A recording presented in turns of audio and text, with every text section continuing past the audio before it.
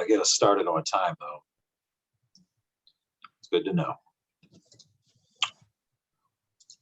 So welcome, everybody. And for those of you who are new to our group and haven't met me, my name is Eric Mahler. I'm the chair. Somehow I got switched. I'm the chair of the board. So we'll get started. This is the August 12th, 2021 Board of Directors Retreat. We have a quorum present and we'll get started then. Item number one is to approve our agenda. Can I have somebody who will move that into the record for us? Roger, seconded by Kathleen. Again, I think for purposes of the new statute and everything else, we have to announce where we are calling in from. So name the city and county where you're calling it from, city, county, state, if you wouldn't mind, when you reply. So we'll go through this alphabetically. Mike? I'm in Glen Arbor, Leelanau County, Michigan. You're a yes, I assume. I'm a yes. Thank you. I don't think, Raymond, are you on yet? I don't think I see him.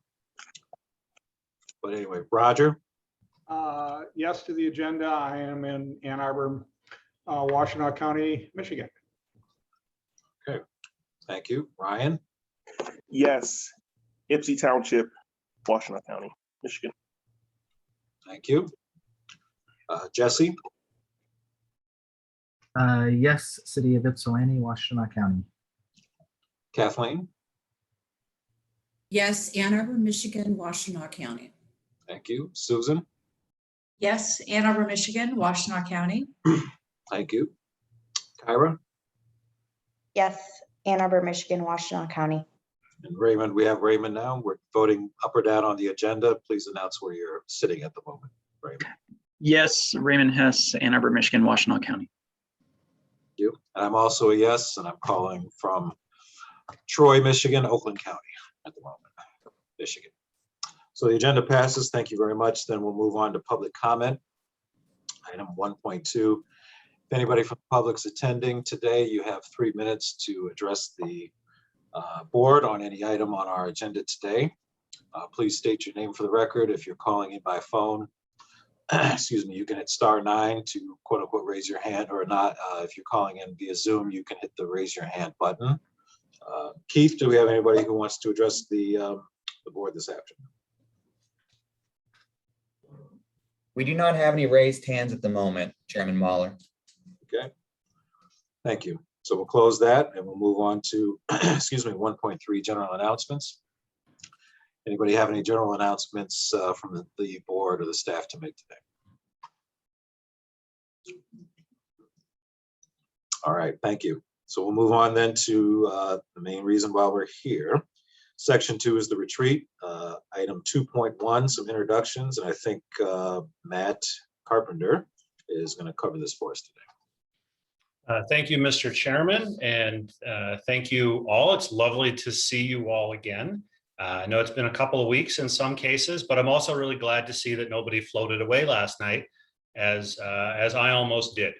I thought we could start today by guessing who got the least amount of sleep, but I'll declare that I only got 2 hours. So if you see me staring blankly into the camera, please don't take it personally. I'm running on fumes.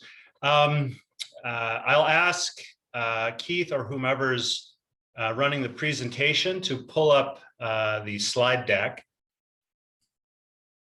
as we get started. And I'm just going to say a couple of introductory comments, provide a little context and reminders of where our previous retreats have left us. And then I'm going to turn it over to Forrest and the consulting team to take you through today's exercises. So I don't see the slide deck up yet. Yeah, Pia's just pulling it up on her side there, I believe. Yeah, got the thumbs up. It'll be up momentarily. Thanks. Wonderful, wonderful. So I will say that I did lose power, but we did that before the big storm actually came through. But thankfully, the backup battery in the basement prevented any serious flooding. Okay, we've got, all right, wonderful. Thank you, Pia. If you wouldn't mind advancing to the second slide. Thank you. So this is just a quick reminder. This is the third retreat. We have had 2 in the past. We do have a new board member here, Susan. It's wonderful to see you. So as a quick reminder, so goals for all of these retreats really center on, first, briefly as possible, providing some updates and context, background information. We think we did a lot of that in the first 2 meetings. No need to go through it all again.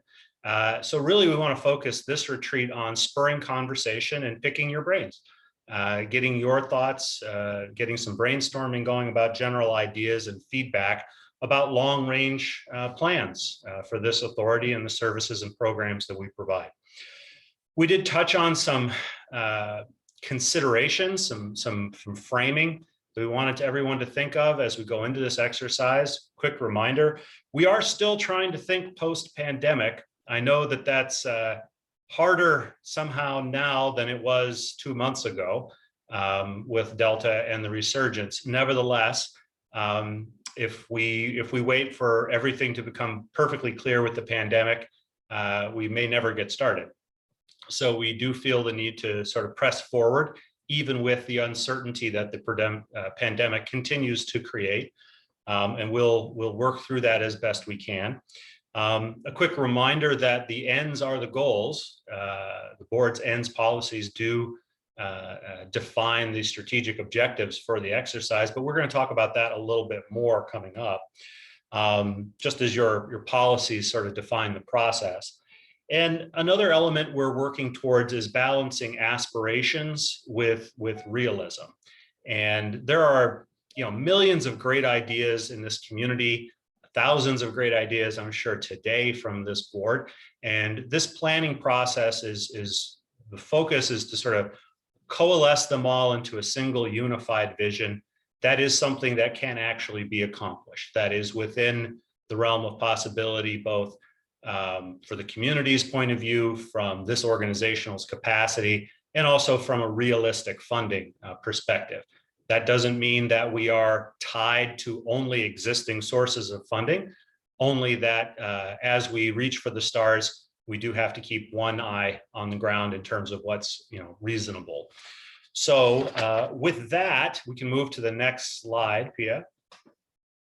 With that, that sort of concludes my comments. I'll turn it over to Forrest now to remind us or tell us about today's agenda and maybe do a little bit of introductions. So thank you all for your time, and take it away, Forrest.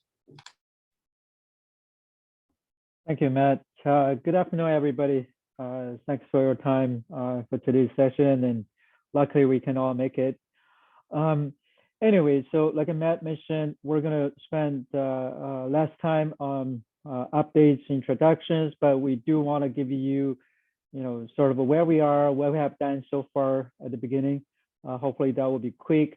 And then we move to 2 activities where we really want to spend some time on and get your ideas, feedback. There will be some, probably access. You received the link to online tool concept board, and our consultant team, left turn, right turn, will facilitate those activities. And then we'll do a recap and give you ideas to what the next steps are and the timeline of this process. I'm going to turn to Yuval, left turn, right turn, to introduce his team. But I want to ask Eric how we want to introduce board members, or if that's necessary. So Yuval.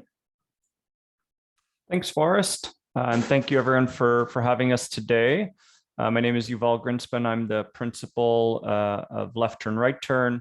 We're a transit consultancy, and we've been working with staff from TheRide over the past several months to get the process rolling, to build up the long-term plan, the long-range plan for TheRide. And very excited to be here today to talk about some of these key questions that we have to inform the work that we're doing. Full disclosure, I know this is a board retreat. I am, in fact, locked away in a laundry room at a cottage with my family. And so if at some point you hear little voices scampering, they are on the other side of that door. So apologies for that. But other than that, there should be no distractions here, and we'll certainly plan on taking a break partway through the session because it is pretty packed.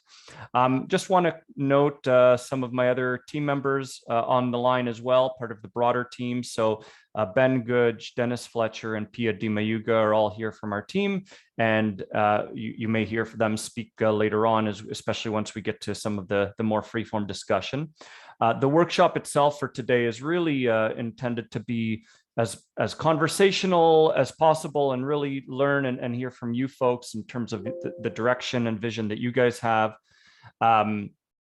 I just noticed that, yeah, and that my power is going to go out, but I'll fix that in a moment. And so, to that effect, we have some slides to seed the discussion early on, but most of the time will be spent in workshop mode and in conversation. So with that said, and as I just fiddle with my power, Eric, did you want to mention or speak to board member introductions? No. No, I'm just kidding. We can introduce. I think we can just go around and maybe we can just each introduce ourselves so you know who you're talking to and just kind of say who you are and how long you've been on the board. Wonderful. If that'll help, so we can familiarize you with us and vice versa. I'm Eric Mahler. I've been on the board since 2013, and I've been the chair since 2015. Why don't we go? We'll just go alphabetically here, and I think Mike Alamane, I'll pass it to you to introduce yourself. We'll just go alphabetically. Okay, I'm Mike Alamang. I have been on the board, I think, 6.5 years, and I am chair of the Finance Committee. I think Raymond, you're next. Yeah, Raymond Hess, been on the board for just over 3 years, I think it is. And I'm on the Finance Committee as well. Roger. Roger Hewitt. I've been on the board for 5 years. I'm chair of the Service Committee and a downtown business owner. Ryan. I'm Ryan, and out of Ypsi Township, and have been on the board since, I think spring of 2019. Okay. Jesse. My name is Jesse Miller. I'm from Ypsilanti, Michigan. I've been on the board since 2018, and I am also a daily bus rider. Kathleen. Hello, my name is Kathleen Mozak. I've been on the board since the fall of 2018, and I'm also the liaison to our local advisory council. And Susan. I'm the newest board member. I just joined. I've had one board meeting under my belt, but I have a 25-year history with TheRide, including remember the old days of the Link Downtown Circulator, the creation of the Get Downtown program, the Go Pass, and the Millage Run in 2014. And Kyra. Good afternoon, I'm Kyra Sims. I am the secretary of the board. I've been on the board since 2017, and I'm also a member of the Finance Committee. Did I miss anybody? So that's us. We've got a great, committed, very smart, very active board here. So we're looking forward to today's discussion, Yuval, and I'll turn it back over to you. Great. Thanks so much for facilitating. I'm plugged in, and so we should be good to go. Pia, next slide, please. So we just wanted to start by giving you folks just a bit more context in terms of this project that's underway. Really it stems from some work that started by staff in 2019, but obviously had to be paused due to the pandemic. And earlier this year was restarted with a view to advancing the organization's plan and vision towards achieving the goals that you as a board has set. And so really the 2045 plan is designed to help TheRide be more focused and efficient and effective in achieving success as you've defined it. and really looking at a variety of different aspects of the service and organization. Sort of the items listed on the right there, as you know, to give you a sense of the types of things that we've been exploring, and we'll continue through today's discussion to get into more detail. Our project is broken up into 4 phases, and each phase has various subtasks within it and key deliverables that have come out of it. You can see sort of where we are right now. The first couple phases are really around learning and understanding the organization, where it is now, and sort of what is the environment within the Ann Arbor Ypsilanti area that it's developing. And so phase 1, the guidance phase, which is we're near the end of that, or pretty much wrapped up with that, was about establishing what is the evaluation framework and what is the evaluation framework through which any ideas need to be assessed. And so we'll get more into that today. And, you know, as was alluded to earlier, you know, it's very much aligned with and was based on the board ends policy that you as a group have established, which dictates the goals for the organization. Phase 2, which we're approaching the end of right now, is around analysis of the current state and the future context in which TheRide will operate. And what I mean by future context is understanding the demographics, how that's going to change in the area, understanding how travel patterns are going to change in the area, so on and so forth. And so as you start to design a service for 25 years out, how does that service need to look? And so shifting forward and looking forward to phase 3, that's where we're going to start analyzing specific ideas and solutions, and start to put them together into meaningful packages. And so today's workshop really is a sort of, you can see where the arrow is landing there, is around making sure that all of the ideas that have come out previously make sense, getting all of your input in terms of what other ideas maybe have been missed and should be brought forward, and starting to think about how are we going to specifically analyze those and evaluate those, so that what we take to the public, what we take to stakeholders, and what we bring back to you are all aligned with your goals and aspirations. And then finally, so through phase 3, there are various stages. There are 2 major stages of engagement with the public as well as stakeholders. And we certainly are expecting, and on the next slide, we'll sort of share when we're planning to be back with you folks.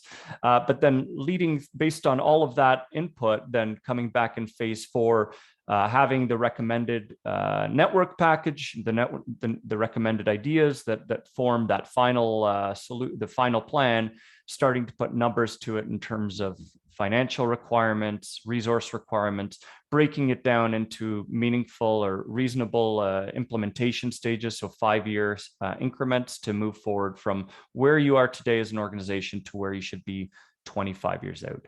And so the whole project, as you can see, is slated to be done by the end of Q1 next year. That's certainly our target, to align with any requirements for potential millage, to inform a millage plan.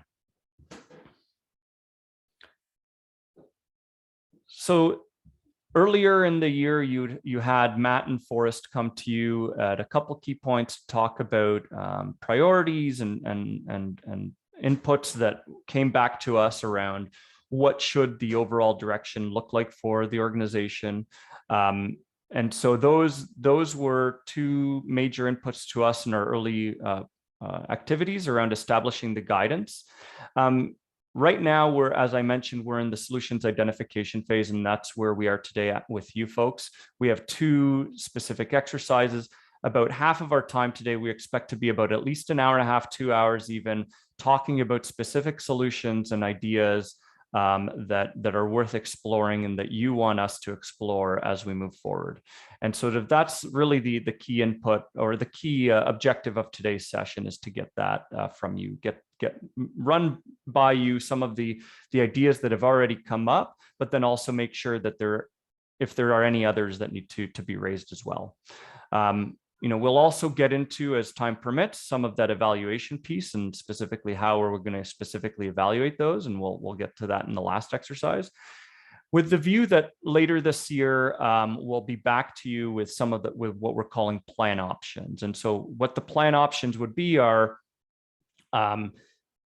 combination, if you will, or an amalgam of different individual solutions that together make up a plan that will advance all of your goals, all of your ends in some fashion over the next 25 years. And come back to you later this year with sort of the feedback, what we've heard from others, as well as what our analysis has shown, share with you the options, and get your help in establishing what that final direction should look like. And then, obviously in the new year, then coming back to you with what those final recommendations are for validation. So what's been done to date in the project? Some of these have been attached as part of the board packet to you, and others are in the process of finalization. In most cases, or I should say in all cases, our intention is to also share with the public and stakeholders either the complete documents or abridged version or extracts or highlights of.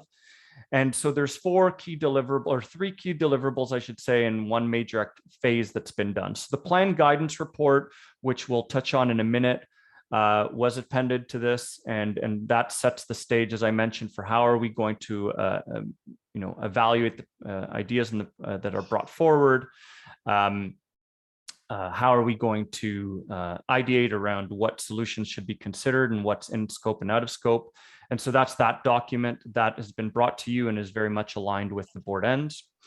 I mentioned we had an extensive public and stakeholder engagement phase. I'll talk about that in a minute. We also took all of the results from the public and stakeholder engagement, put that together in a what we heard report. That document itself is on our public website. So on TheRide.org, there's a project website for the long range plan. And so that document has been shared with the public. And we're in the midst of wrapping up, going back and forth with staff on the current state and future context report. And so we can certainly talk to some of those key highlights today. But our intention is to put an extract of that as well on the project website. All of these we're going to talk about in a little bit more detail now. So we'll just move on to the next slide, starting with the plan guidance report. And so I can speak to it a little bit, and then I think maybe Matt or Forrest, if you want to speak to this as well. But just as I mentioned, the plan guidance report is really about establishing that strategic framework for the project. And so defining how are we going to identify ideas, and then how are we going to evaluate the ideas to inform the development of the plan. And so the guidance framework that we've put forward is aligned with your policies directly. We used that as the sort of the we'll call it the baseline from which to work from. And it's focused on three key elements that we saw in those policies. So a strategic framework, a financial planning and stewardship element, and the public and stakeholder involvement. The strategic framework, of course, is based on your vision and your ends, right? So we're talking about how, alignment to those and to the objectives or goals that you've established through those, and making sure that anything that we come up with advances the organization in those regards. The financial planning and stewardship, we saw in the policy statements that requirement that ultimately the plan must demonstrate value and show efficient stewardship of resources. And so we'll establish criteria based on that, so that whatever we come up with is realistic and transparent and responsible. And then the last part, or the last pillar, if you will, that was in that the policy statement that we saw was around public and stakeholder involvement, and sort of the importance of making sure that what we put forward represents also the will of the community, which of course you represent. And so I think part of our responsibilities, we see it as is collecting some of that information and sharing it back with you, so that you can understand what stakeholders and community thoughts are as it relates to all of the ideas that we bring forward later in the project. Matt, wondering if you had anything you wanted to add on this before we move on, or Forrest? Sure, thank you, Yuval. And I just want to elaborate on something Yuval is discussing here and say it in a slightly different way. When you as a board set the direction for this agency, and expectations. You do it as a unified body through your policies. You have a policy, for example, that says planning shall not deviate from the board's ends priorities. So you've made it very clear that your ends are the goals for our planning processes. And we hope the plan document reassures you that that is how we are proceeding. Similarly, any planning that's done under my authority has to comply with all of the executive limitations policies that you as a board broadly have set. So all of this is aligned to expectations and decisions that you as board have made. You then broadly delegate to staff the technical work of figuring out how to achieve those ends and how to do it while complying with the work, or excuse me, with all the parameters and expectations that you've set. It's not our intent today to reopen any policy discussion. You've discussed your ends at length in the past. If today you do choose to use your time to do that, we're happy to help, but that's not where we're driving at. Today, we're going to be spending our time really digging in to details. Under the authority delegated to me to do the technical planning, we want to ask you, what are your thoughts? What factors and things do you feel we need to be taking into consideration as this long-term plan begins to come together? So this is really about us interacting with you as individuals on a very technical level. Some of the stuff we're going to be talking about gets right down into the weeds, but that's okay because we want your advice on exactly that sort of stuff. So in closing, the board has set direction. That is what we're using as the guidance for this work. You've done that as a body, and today is a little bit different. It's really more picking your brains as individuals. So with that, Yuval, I turn it back. Thank you. Yeah, thanks. That's great. So let's move on to the next slide, which talks a little bit about our planning methodology. I won't spend too much time on this, just to say that, we've thought about this a lot and have been, collaborating closely with staff to make sure that the planning methodology that we bring forward is aligned with your framework. The first four steps there that you see, the plan guidance, the current state, future context, and market research, all are around informing solution ideation, which today is sort of the culmination of that, as Matt alluded to. It's around, sharing what we have and making sure that our list of ideas is complete, so that as we move forward into steps 6 and 7, starting to evaluate those and prioritize those, we're making sure that we're not missing anything. And so, yeah, so we will be in the weeds today, and certainly invite you to join us there to the extent that you're comfortable, to make sure that the ideas that we are considering represent your thoughts and represent those of the community that you represent. And so, yeah, so steps. Go ahead. Yeah, for sure. Go ahead. Sorry, Eric. Thanks. If I'm kind of reading your chart here, my one question is, at what point in this process would we, as a board, get a chance to make sure that this aligns with? I know we're kind of doing that now. We've done it in the past to make sure that the solution ideations and the evaluation of those solutions line up with our ends and our ideas about progress. But I'm thinking either at step 5 or 6, we would make that step. And I'm wondering where in that process you think the board would come in to say, yes, this aligns with the ends and what we think we should do to go forward. And maybe Matt can jump in there as well. But at what point would the board get a kind of a midpoint check-in to kind of in terms of its progress? And I can start, and then Matt, feel free to jump in. But my suggestion would be that that's the next retreat that we are planning for later this year. We haven't started to analyze these ideas, so I can't tell you if any of them do or don't meet your ends.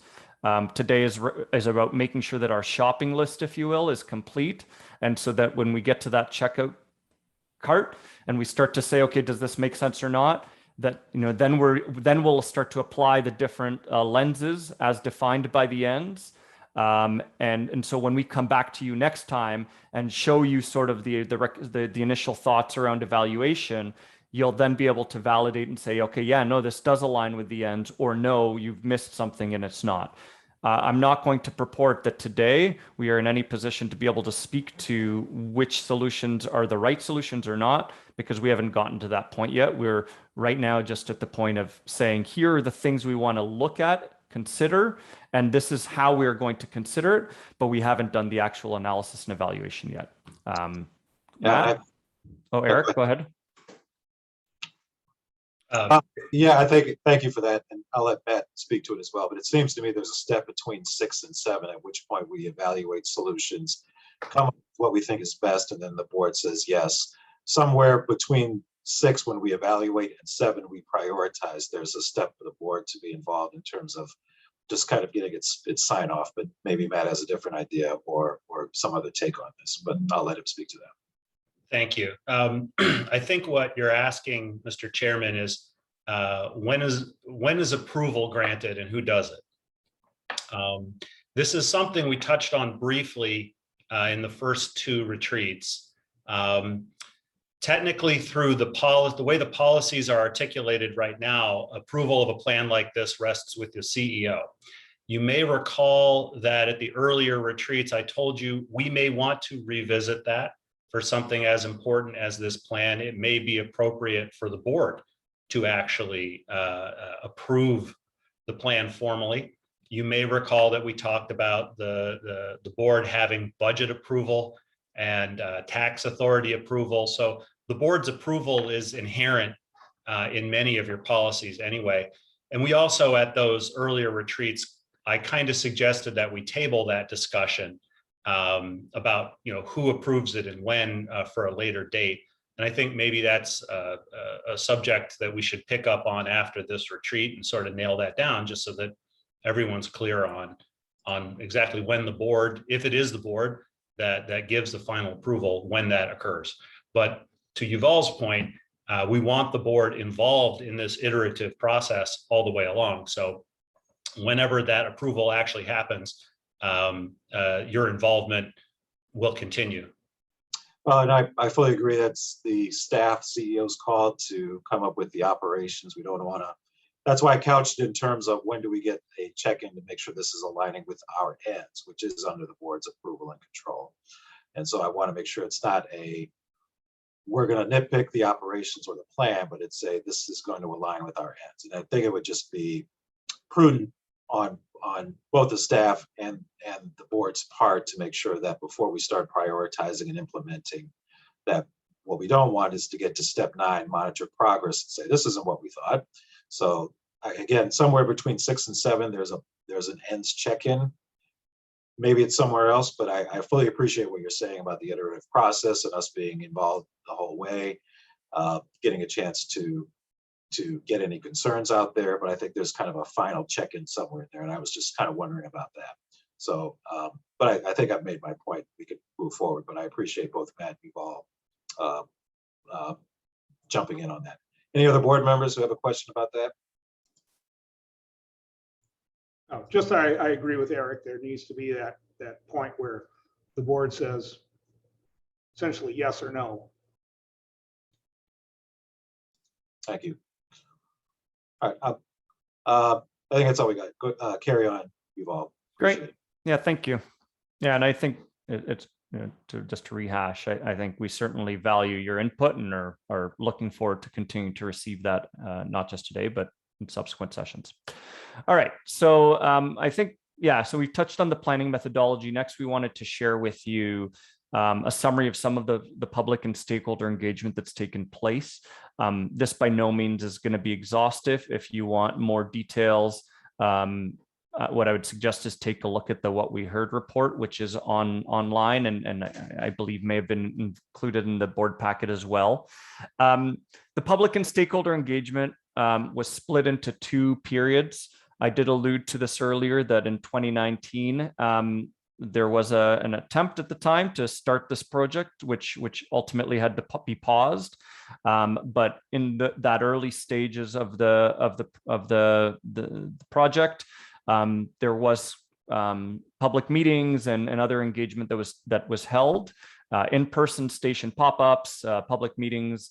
there were stakeholder meetings, and then there was also at that point a website that was put up and an email that was set up. So some comments came in through that. We analyzed all of those, even though we weren't directly involved at the time, but the staff were able to share with us a fairly good set of information that came out of those. And so we incorporated those pre-COVID thoughts with sort of the mid-COVID thoughts. And over the last several months, we've been doing engagement as well. Our engagement has been unfortunately all virtual due to COVID restrictions, but nonetheless, they've been quite extensive. We've had a stakeholder webinar with over 20 or 30 different partners that were invited to participate in that. We had a couple sessions with elected officials from your respective municipalities.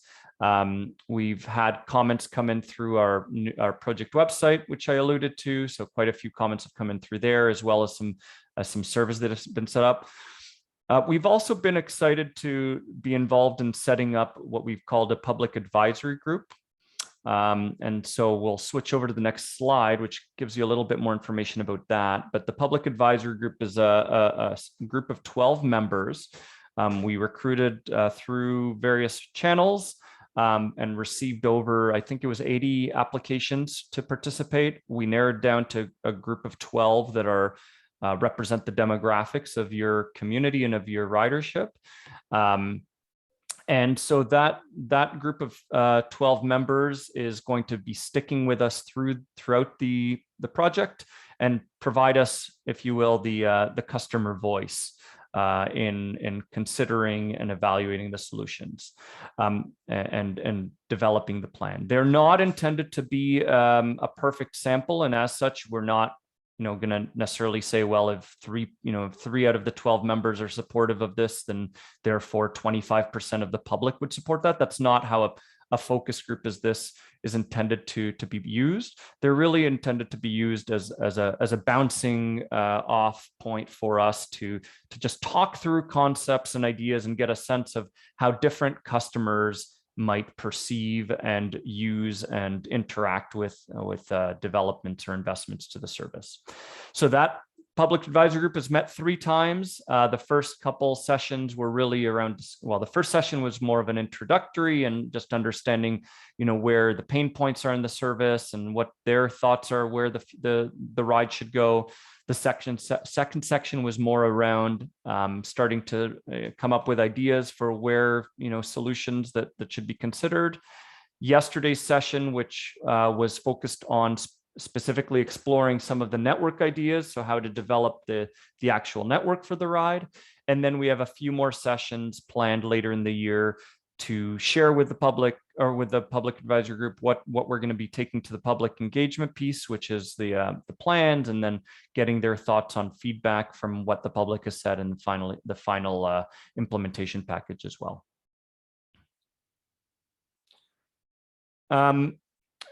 Again, there's a lot of detail in the What We Heard report. We tried to distill it down to one slide. The image on the right is straight out of that report and is not really intended to be legible here because there's there was just a lot to show there. We've highlighted on the left those 5 key comments, or the 5 most common comments, I should say, that were heard from the various stakeholders in public that have contributed over the course of the last couple of years through the public engagement. And so the 5 comments that are most commonly heard from your community are: 1, a need for more night and weekend service, so increased off-peak services. The second one is around improvements to either specific stops or facilities or terminals. The third one is just generally around connectivity and being able to get from where you want to go to where, from point A to point B in a very more direct fashion. The fourth one was around desires for increased frequency. And the last one is around just improved timeliness and reliability. So more of an operational perspective. Again, a lot more details in the What We Heard report. For the sake of summarizing it today, we thought this is sort of the most useful to feed into our later discussions. I'll pause there if there's any questions on any of the stuff that any of the materials that we've shared so far. Otherwise, we'll continue on. Okay. So I mentioned that we've been working through right now the finalizing with staff the current state and future context report. And the summary piece in that document is what we call a SWOT analysis, or a strengths, weaknesses, opportunities, and challenges analysis. And it really just serves as a summary of what's working well and what's not, and what should we build around in the future.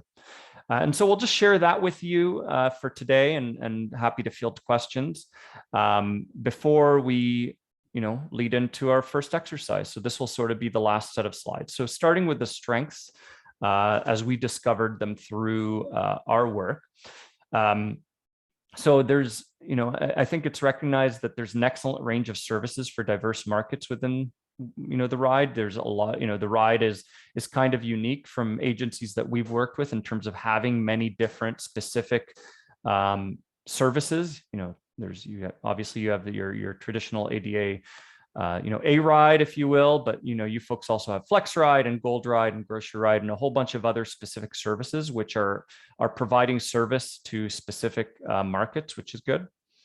There's generally speaking a strong level of service and ridership, and so your ridership per capita is doing pretty well in that regard, and so quite a good base to work from and a good position within the community.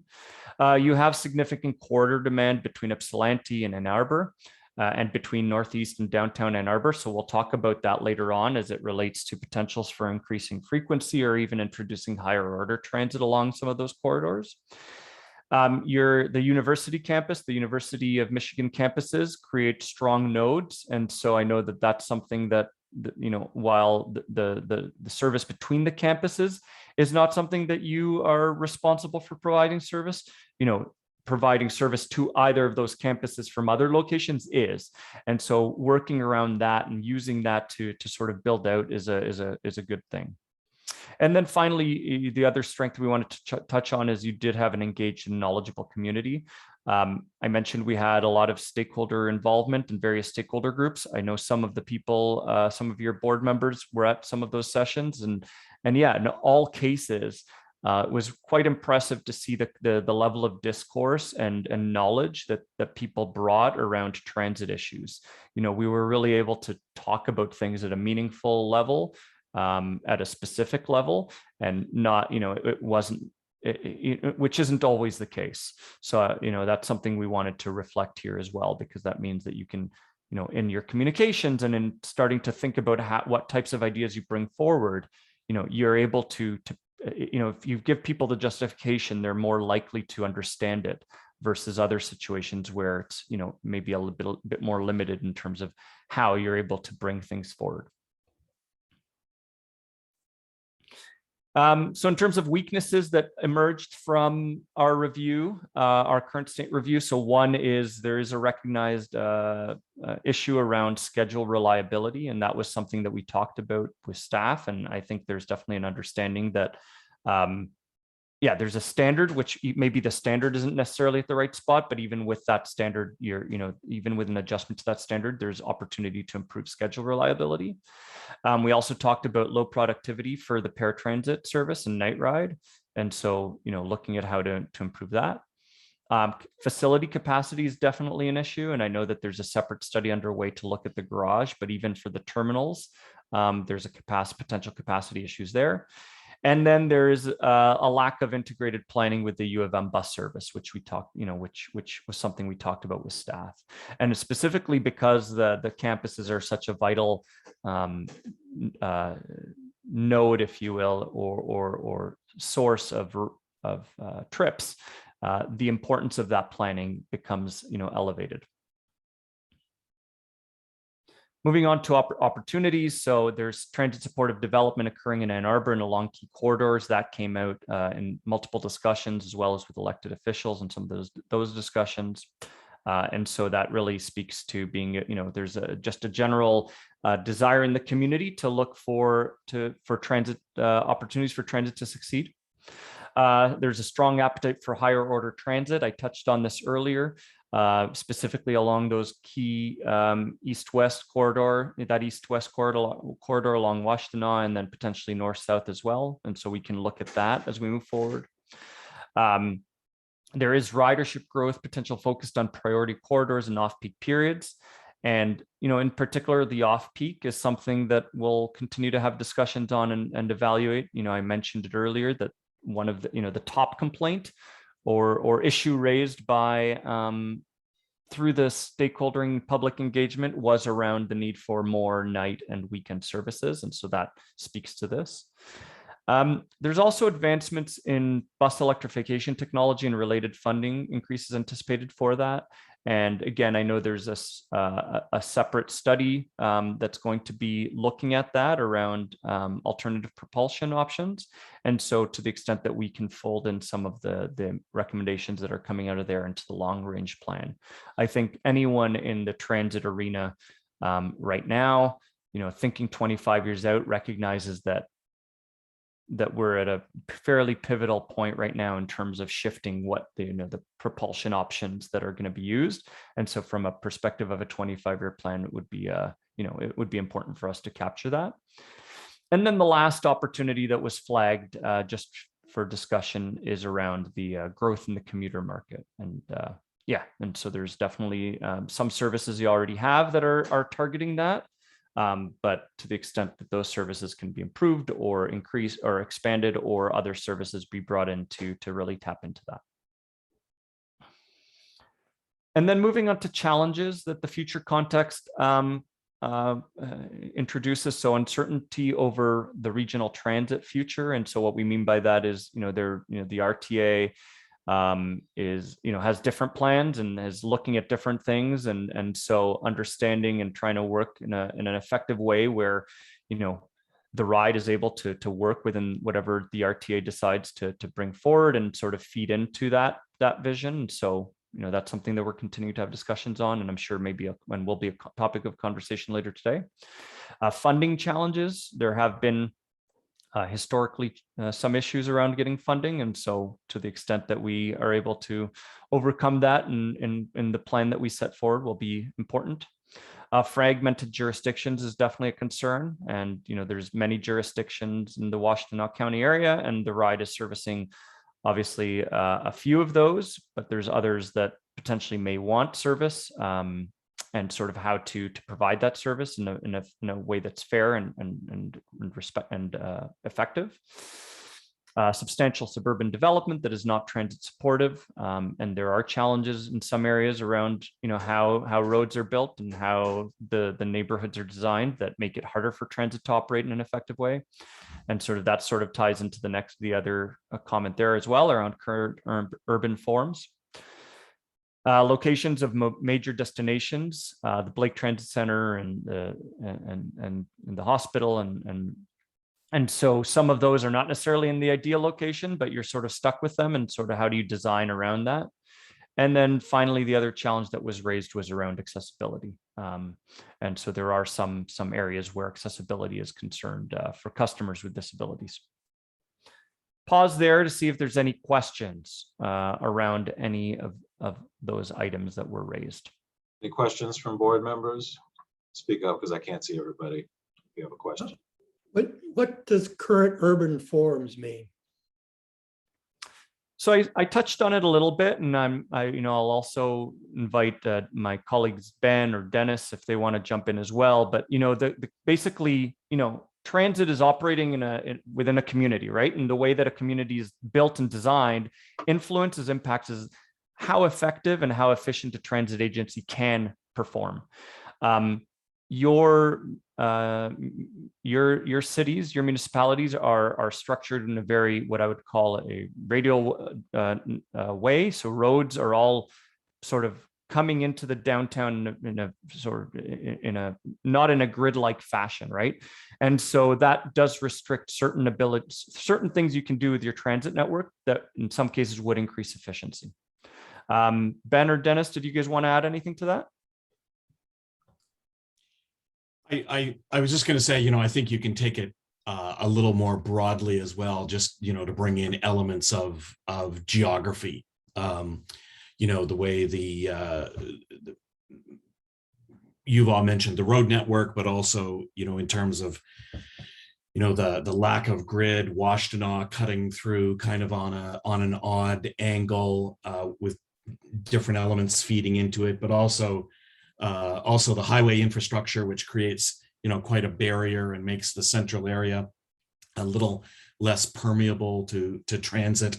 And again, some of these things are not necessarily good or bad, but they limit the ability to implement one solution or another, depending on what it is that we're looking at.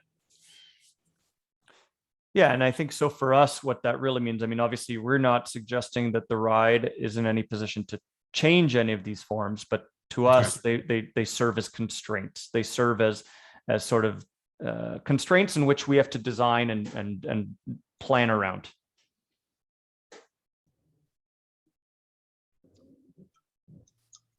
I have a question, and this is a little conceptual and maybe want to save it for later on, but I guess in your experience working with different agencies like ours, when we think about the prioritization of this SWOT analysis that you put in front of us, I guess what is, in your experience, and how would you advise us to think about the apex of the considerations? In other words, what is, I read a book recently called The One Thing, and it's all about, if I tackle this one thing, the rest of the things I tackle will be easier.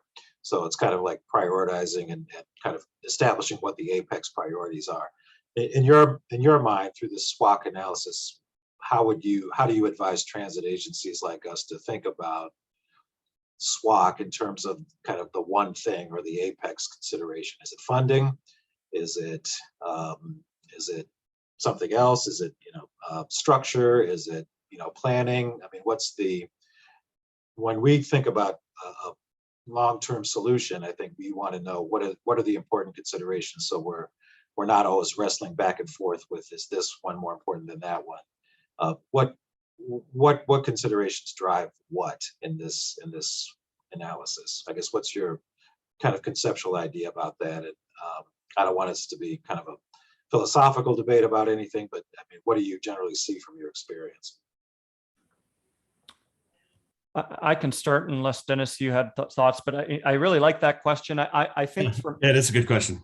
Yeah, and I've not been posed that question, so I'm actually curious to hear what Dennis and others will say to that too. I think from my perspective, I mean, yeah, funding is the easiest one. Like ultimately, if you don't have funding, you're not going to be able to do things. But I feel like that's a little bit of a cop out. Yeah, I think, and it comes down to effective utilization of the resources that you have, and typically, looking at increasing frequency on where the demand exists, and looking at higher order transit or just improved frequency and shifting that service where maybe it's less efficient to where it would serve more people more effectively. And I feel like that sort of is a common theme that we typically see coming out of these, and certainly is aligned both with the comments that we heard from the public as well as the analysis that we did. Dennis, wondering if you have. Yeah, I was first of all going to say the same thing. I think, obviously funding is critical, and, arguably you can never have enough money. You certainly can't have too much. But I agree with Yuval that, we have to work with what we've got, and, perhaps a sense of reasonable increases and what the community is willing to support.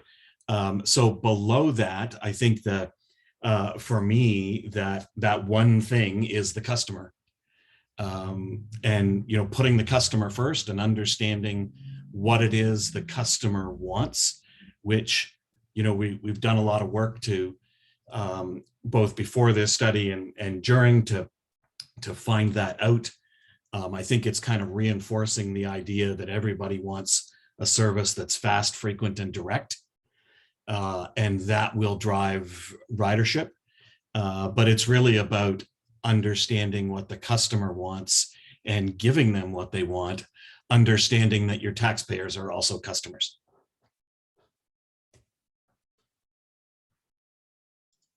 Thank you. Thank you for that. Anybody else? Roger, go ahead. Sort of along the same lines as the current urban forms. What are the challenges of the location, the major locations that you list? Below that, the BTC, CCTC, and the hospital. All right, so for that one, I will have to turn to Ben and Dennis because they were sort of the leads on some of that analysis piece. Well, specifically around the CCT and the BTC, I would say their proximity and separateness is really the issue. It's very difficult, I think, to serve both well, and understanding they do have different, kind of different markets. But there's a lot of overlap in the markets. And so the proximity of the two makes it very attractive to try and serve both, or for customers to want to go to either one. But obviously their separation by even a few blocks complicates the issue of serving them both. So I think the two downtown centers, transit centers, are really a problem to grapple with.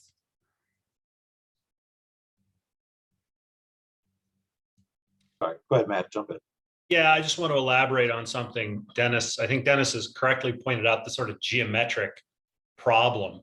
We have two downtowns effectively next to each other, and then the hospital's hanging out to the, up in the northwest quadrant of both of them, and it makes routing difficult in an efficient way.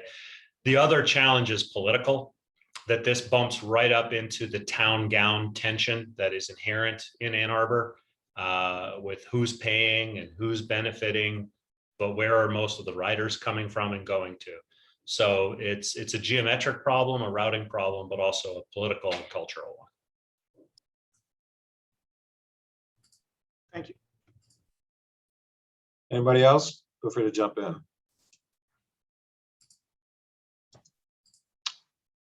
If not, we can keep going. Thank you.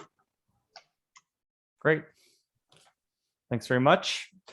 So that really concludes the bulk of the slide presentation for today. I promised that most of today was going to be in interaction and activity. And so we have two different activities that we have planned for you today. The first one is going to be around, as I mentioned earlier, helping review or comment on the specific solutions that we should be evaluating as we move forward in this project. When you see the list, and you will see the list, we're not suggesting all of these are in or out. We're just saying these are the things we need to look at, and we want to get your initial thoughts on it. And then we also want to make sure we're not missing any. And so for that, we're going to be. I'm really sorry. I my hands were tied during the during the question period. Could I jump in really quick? I'm so sorry. Please do. No, it's all good. Please do, Jesse. I felt like a lot of what you were just talking about seemed very focused on the Ann Arbor urban area, and I don't feel like it was speaking to like the issues that we have. I mean, you talked about like the two downtowns. Ypsilanti has a very similar problem, that we have two downtowns with our downtown and our depot town area.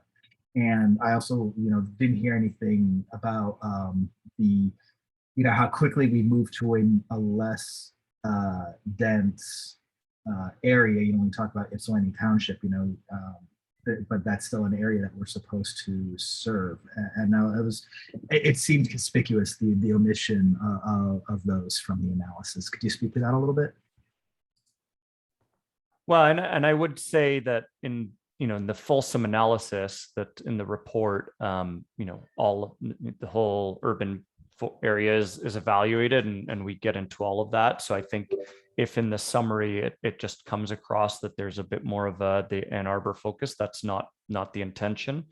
Yeah, I mean that's sort of my comment to that, is that the full analysis and with regards to the actual, what we're going to use moving into the evaluation stage will be the, the full analysis, which covers everything.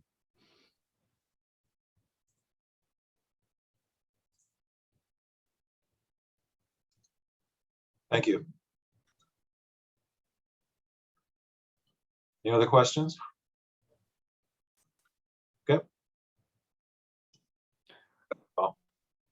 Sorry, was there one more? Okay. All right. So in terms of the solution identification activity, you can go on to the next slide, please, Pia. We're going to be using an online collaboration tool called Concept Board. You are going to receive a link, and hopefully you don't need to necessarily open just yet, which we're going to use to explore potential solutions together.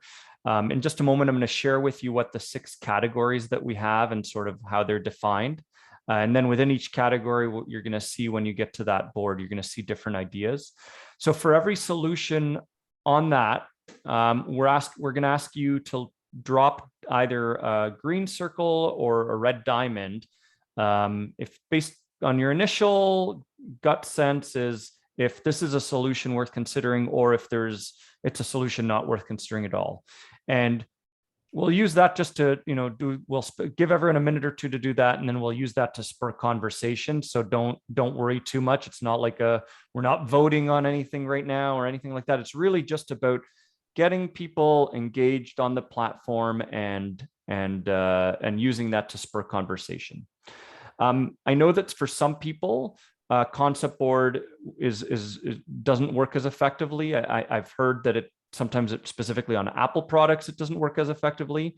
What I want to say to that is we are also definitely open to having people just turn off their mic and speak to any of these things. We will share our screen so that you can see what's happening in the Concept Board. So even if you're not able to go in there directly, you can still comment on things.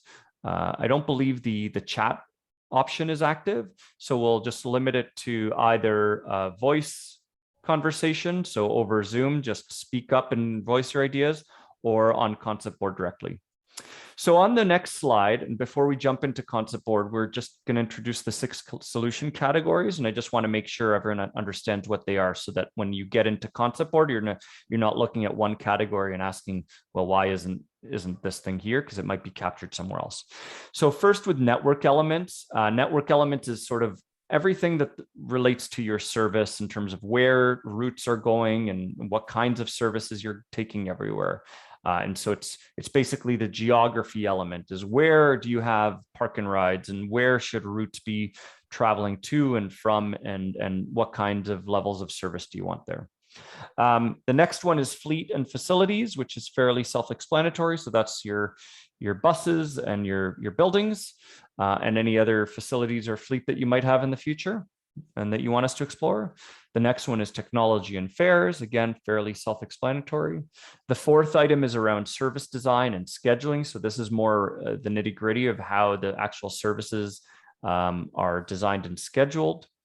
Delivery models is around where and how to use other forms of delivery beyond the traditional, fixed route, fixed bus service that, and so looking at ideas for there around, other types of services that you want TheRide to be delivering.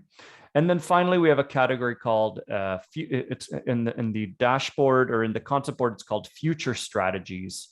And those future strategies are really around external objectives or external solutions that are more or less out of the domain or control of TheRide, but you have a role in terms of advocating for them.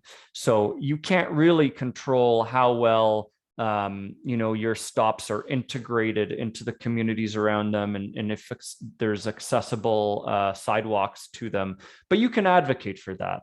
And so that's what that bucket is intended to be.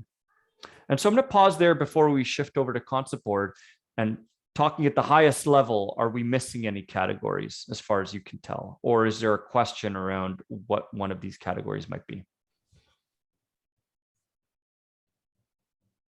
All right, so hearing none, What I am going to do is I'm going to open concept board on my side, and I will also invite people to open up concept board on their side. I believe it was sent out in an email right before the link. It was sent out, for those who may have missed it. It was sent out around 12:30 this afternoon. I tried to access it. I got a message that can't reach this page, so the link's not working for me. Maybe it's working for others, but it came from Keith Book around 12:30 if others want to try to access it. And so I am in there now, and I'm starting to see there's about 7 or 8 people already in there. I'll give people a couple more moments to try to join. And what I was going to suggest, Pia, did you want to share your screen, or do you want me to share my screen with the concept board? I can share mine. Okay, great. I see a sign in when I click on that. Yeah, you could sign in as a guest, or you can put your name if you want it to remember you. Either works. I'll just give people another couple moments to join. And then once they join, I'll give the quick tutorial of how to use concept board. Yuval, just want to jump in here. I know when you click the link, sometimes it will give you a kind of an unsecure link and will warn you, but you can click a button called Advanced and then continue to that link.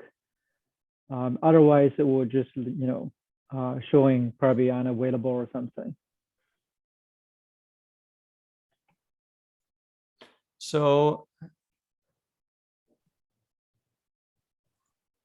other than our chairperson, is there anyone else who is having issues joining?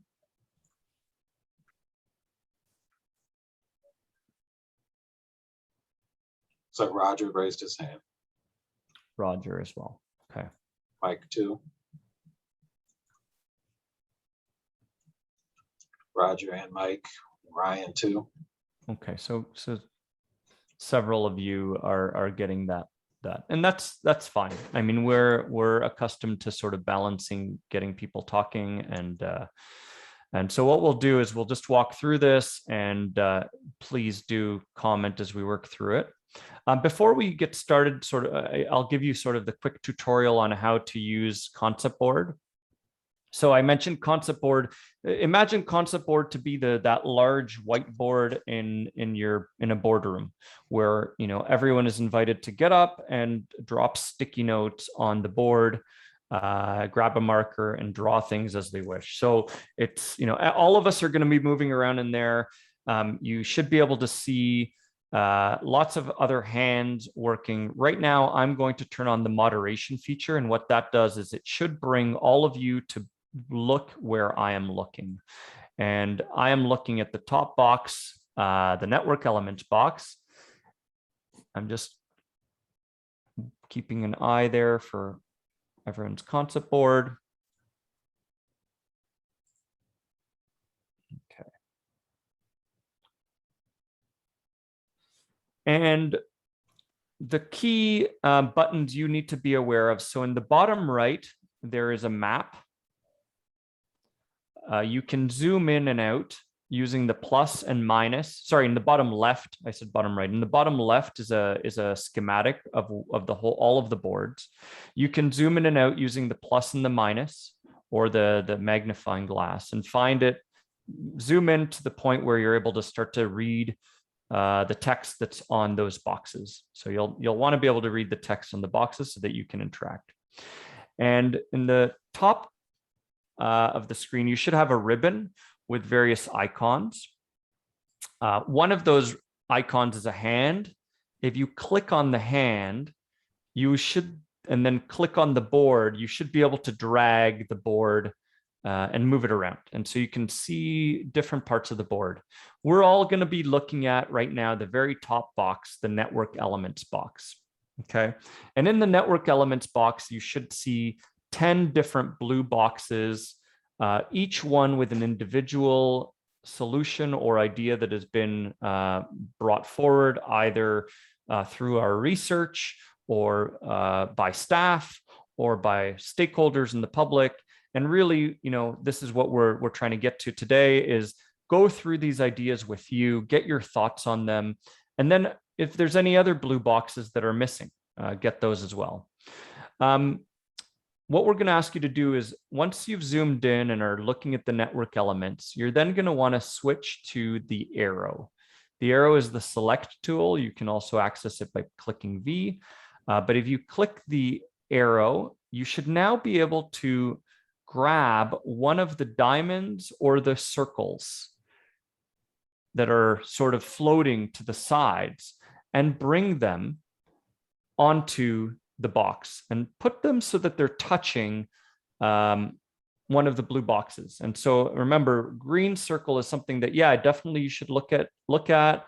Red diamond is something we don't want you to really consider, or we don't really think is in scope or doesn't really make sense here. And so what I'd like you to do is, using that arrow from the top ribbon, grab circles and diamonds and go through one at a time and put them on each of these 10 boxes. So I'll give you a couple minutes to do that.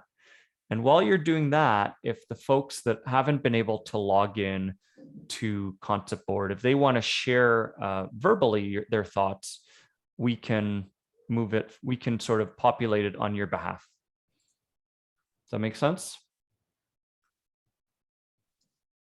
I'm having some issue on my end. This is Ryan.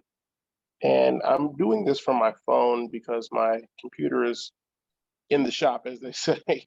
But it doesn't seem to be that friendly for mobile app usage. Yeah.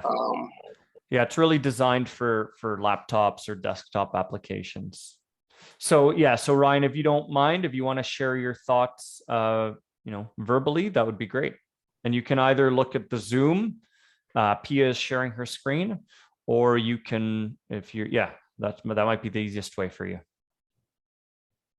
Should we be thinking about a time frame for this? Like, I feel like probably all of these solutions are worth considering, but I think some are more urgent than others. So right now, for the sake of this exercise, we're focused on 25 years. And that's a great question. For now, we're focused on 25 years. Later in the process, once we've established what that 25-year outlook looks like, then we will start to think about what are more, what are things that need to be, what is the implementation staging for that. And your comment about most of these things make sense. I mean, that's a good thing. I mean, that means that we as a team have done our job and that staff have done their job to make sure we're on the right track. So to a certain extent, some of the ideas have already been weeded out by staff and by our team and by others. So that's okay if most of them are green. Yuval, I am in there, but I can't do anything. There's a little icon that says that my email cannot be confirmed. And so the device has been inactivated for me. And you, is that Kathleen speaking? Yes. Or is that okay? And so interesting. Click Have on you the little notification disabled? Because it does show, I'm just looking, Pia is looking, you are an editor. So maybe could you try just refreshing your screen and seeing if that fixes it? While that's happening, I wondered if of these 10, I see the 10 boxes here, obviously. I wondered if last mile, first mile considerations was given any thought in terms of a box and network element, or if that was something that was dismissed by the staff and you, et cetera. Last mile, first line elements are absolutely considered. They are in a different bucket under delivery models. So you are very apt to call that out. And it's just semantics, which when we put it in, it could have easily been in this box, but just for the sake of balancing how much is in each box, we ended up putting it under delivery models. And so we will talk about it. Great question. Ryan, is your hand still up? Is that intentional? No, my hand should come down. Give me a second here. Okay. Could you read number one? I can't quite read that. Yeah, I can read all of them, actually, if it helps you. So N1 is work with RTA on service to major regional destinations. There's a couple red diamonds there. No one is really feeling strongly in favor of that, or that should be looked at. And 2, provide express/limited stop service. And 3, introduce priority measures, queue jump lanes, bottleneck lanes, signals. And 4 is implement BRT or BRT light on Washtenaw. And 5 is implement BRT or BRT light on Plymouth and State Corridor. And 6 is expanding park and ride services. And 7 is create more direct connections between major nodes in the network. And 8, concentrate more service on high demand corridors. And 9, develop a high frequency network. And N10, fill service coverage gaps in low demand service areas with demand service. Ryan, are there any there that you want to add some green or red dots to? Yeah, I'm going to feel a little controversial here, but I'd like to throw a green dot on number 1. Yeah, But I controversy. see that's going to make me unpopular here. No, controversy is what we want. That's discussion. That spurs discussion, right? Don't worry, I'm with you, Ryan. Okay. Any That's other green or red dots, Ryan? 4, 5, green, for sure. Okay. So the BRT on those 2 corridors.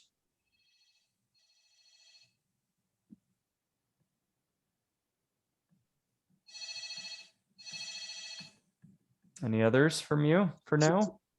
10. 10. Green or green as well? Yeah, sorry, green. That's great. Love it. Okay. Susan, I see your hand is up. Do you have a question or do you want to drop some dots yourself? Drop some dots. I'm not able to log on. Is this All okay? good.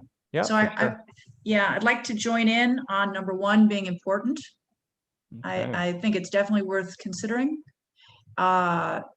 2, relating to express and limited service, it's a hybrid with BRT.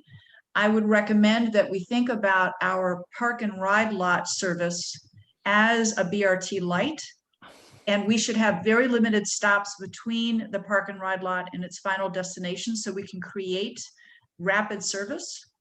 A good example is I used to live on the west side, and Route 31 and 30 came down Dexter and Jackson, and along with it came the bus from the park and ride lot up at Miller.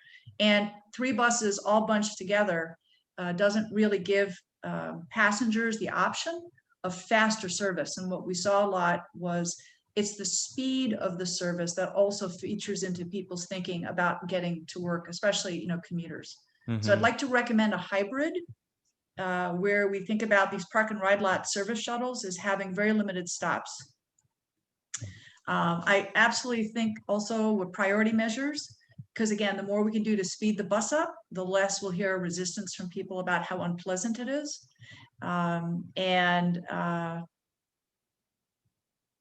I think that those were some of mine. The services on high demand corridors, absolutely.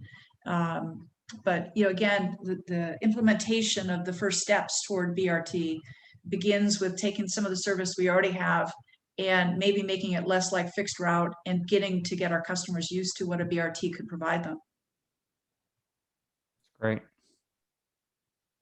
Yeah, and I see someone added a sticky note, sort of echoing what you said, Susan. I think it was Kyra, added a sticky note, park and ride as express service. So thanks for that, Kyra.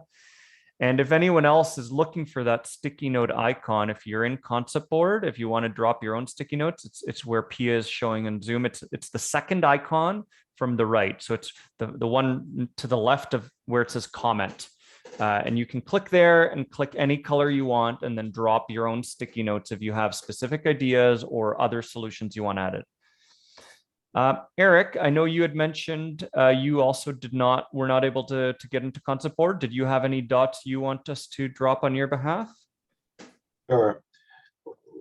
Like I think Susan is alluding to, I think a lot of these go together and they're worth considering. So I think, I'm a big believer that the future of our, the city of Ann Arbor and our region has set some very aggressive climate targets in terms of being carbon neutral, et cetera. I think, the future of our own agency depends on getting people out of their cars. And I think that will depend, we have a lot of people who commute into the city on a regular basis, tens and tens of thousands of people who do that every day. So I think Park and Ride deserves a green dot, along with the ability to move people quickly and efficiently. And so I want a green dot 7, 8, and 9, and 2 in that sense. The only one, I guess the only one I would put a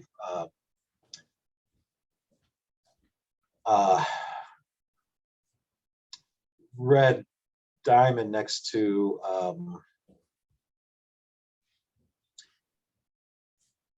yeah, I mean, I guess I won't put a red diamond next to anything, but I'll put greens on those. But I think the rest of them are worth considering, but those would be my priorities.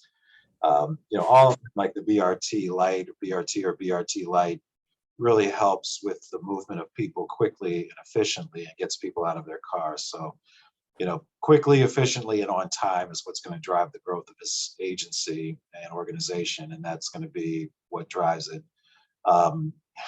I will join in the colleagues who put a red diamond next to number 1, only because the more I deal with the RTA, the more I'm convinced they're not the solution. I think regional transportation is great.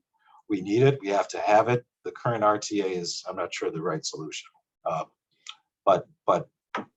So at this point, I'm putting a red diamond on number 1 with the asterisk that I believe in the concept of regional transportation. I just don't think we have the tools for it right. Great, thank you.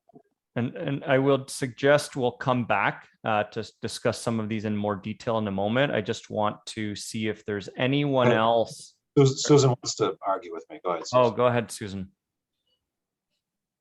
You're on mute. I never argue with you, Eric. No, I was actually going to add to what you said.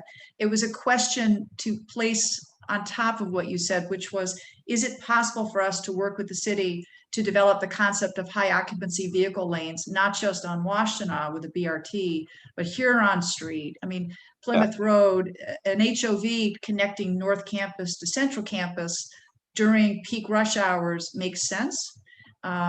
What we know is rush hours, 2 hours in the morning, 2 hours in the afternoon. The other 20 hours a day, the road width is oversized for what it needs to be.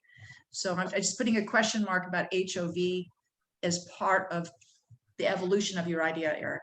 Yeah, I mean, that to me is more or less number 3, but I think that is, absolutely. I mean, the more, queue jumps, HOVs, priority signaling, all that is the movement and the rapid movement of people, which to me plays into it. So yeah, could we put if I neglected number 3, it was not intentional, but I think we could put a green on number 3 as well. So yeah, absolutely, that feeds into that. Didn't mean to exclude that one. That's great, thank you. Is there anyone else who hasn't been able to get onto concept board that? Then Kathleen, did you have any, or can you do it now? Hang on. Sorry, it's still, even though I've refreshed, it's asking me to log in. It says that I'm not able, it's not recognizing my email, but it's taking me not as a guest, but as a login and asking for a password. I don't have the ability to choose guest. Oh, interesting. When I try coming in, I was able for a minute to move some of the green dots around, and I have attached green dots to some of the things. I'm waffling on number 1. I hear Eric's argument with regards to the current RTA and partnering with them as they are now is challenging. But on the other hand, I also recognize that our customers, there's that 5-mile gap that we have between where the city services end, SMART and all of that, and where our services end. And so in some sort of iteration, we need to work on that. So those are my thoughts. Kathleen, going to your technical issue, might you try opening up, are you using Chrome or Firefox, or what browser are you using? Chrome. Maybe you should, you might try opening up the link in an incognito window, because that, like, it sounds like maybe it's, maybe there's like some like cookie or something that's like redirecting you and not giving you the guest option. So if you were to try opening the link in an incognito window, it might give you a fresh start. Okay, you're talking in a language I don't understand. I'm not a technical person. What does that mean? So, are you on a laptop or? I am on a laptop. Okay, so if you were like to take the link in the email and right click on it, there should be an option that says open link in incognito window. Okay, let me give that a shot. In the meantime, anyone else having issues with concept board? Mike, did you manage to get it working on your end? I believe earlier you said you had issues. You're on mute, Mike.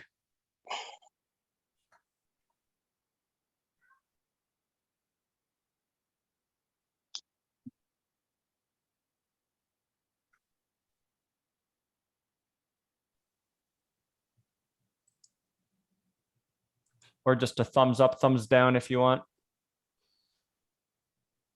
Roger, were you able to get it working on your side? Yes, I think I'm, Great. I got all my green dots over, I believe. Okay, great. So if everyone has had, oh, sorry, go ahead.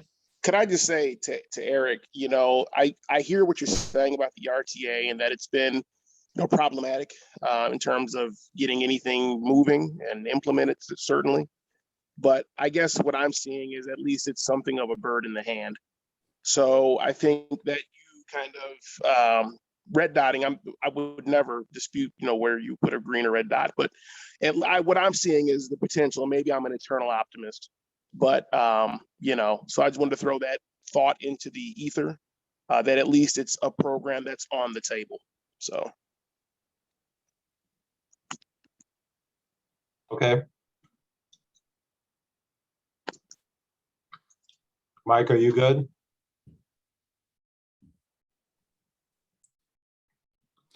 You're on mute. Mike, on mute. Oh, never mind. So for me, I tried the incognito option and I am still in the limbo land of them not being able to confirm my email address. And so all my notifications are off. And I don't know what else to do. So I guess I'll just have to verbally tell you, which I've already kind of done. So thank you.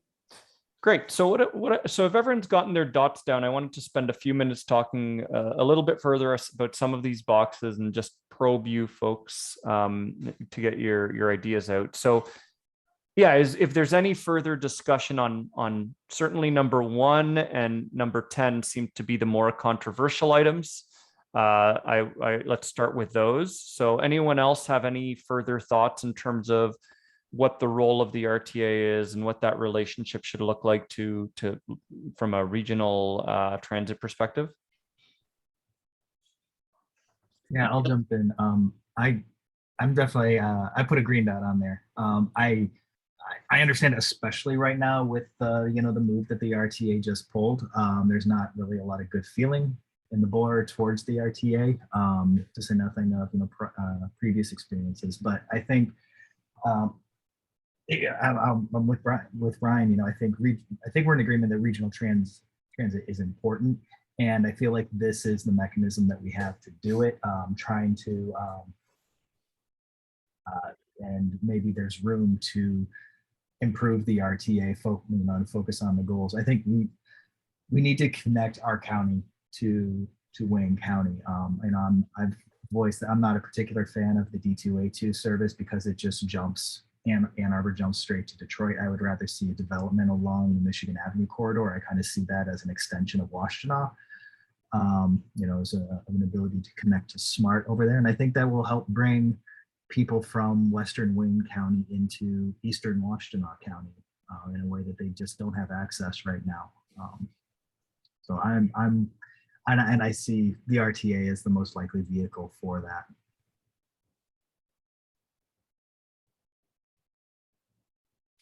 Thank you. Any other thoughts on the regional piece?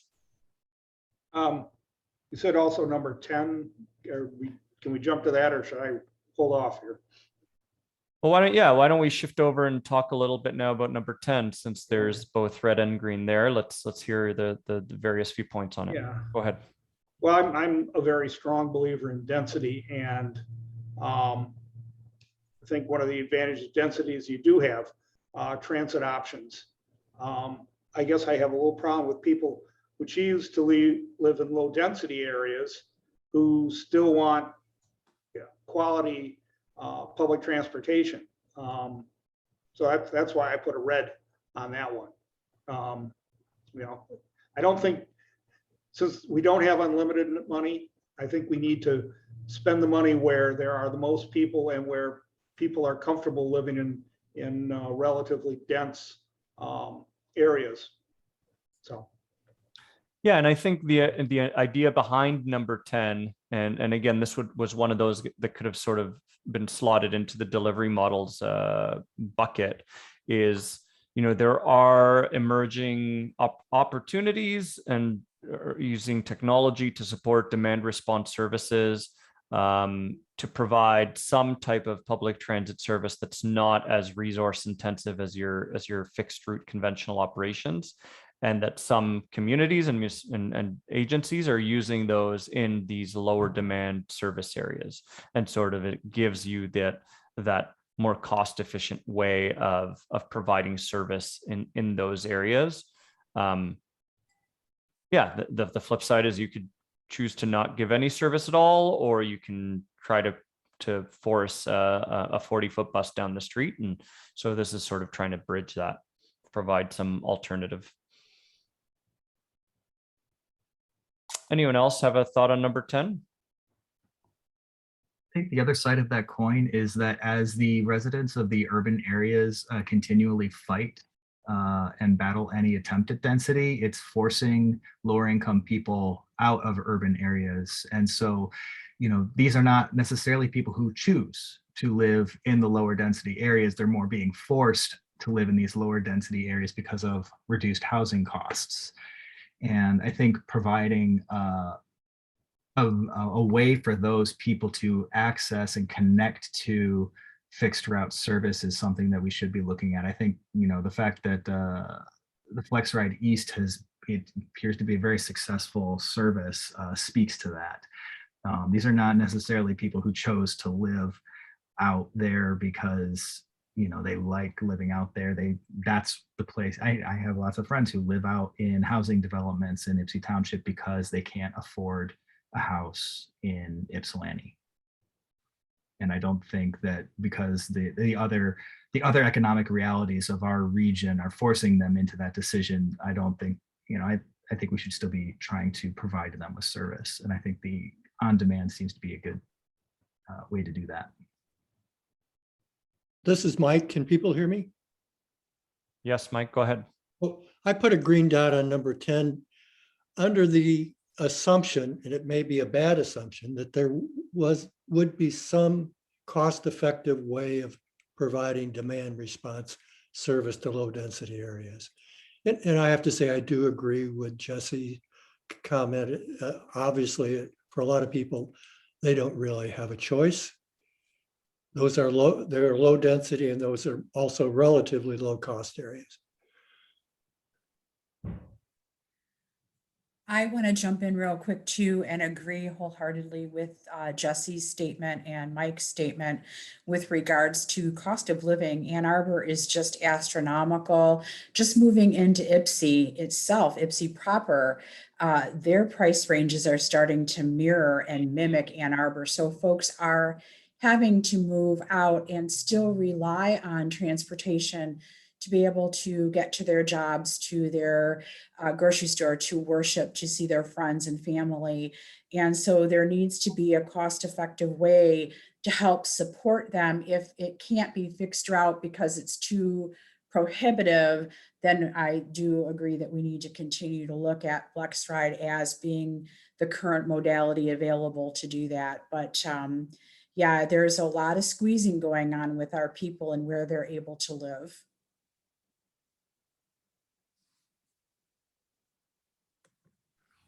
I'll throw out there, Ypsilanti is not guiltless in this. We have the same conversations and the same fights about housing. There was a proposal for a very pretty vacant lot in in Ypsilanti that is a great candidate for denser housing, and the neighborhood is, if you were to strip out the municipality name, you would not be able to say that this wasn't the same conversation that's happening in Ann Arbor. So I'm not wearing any rose-colored glasses on this.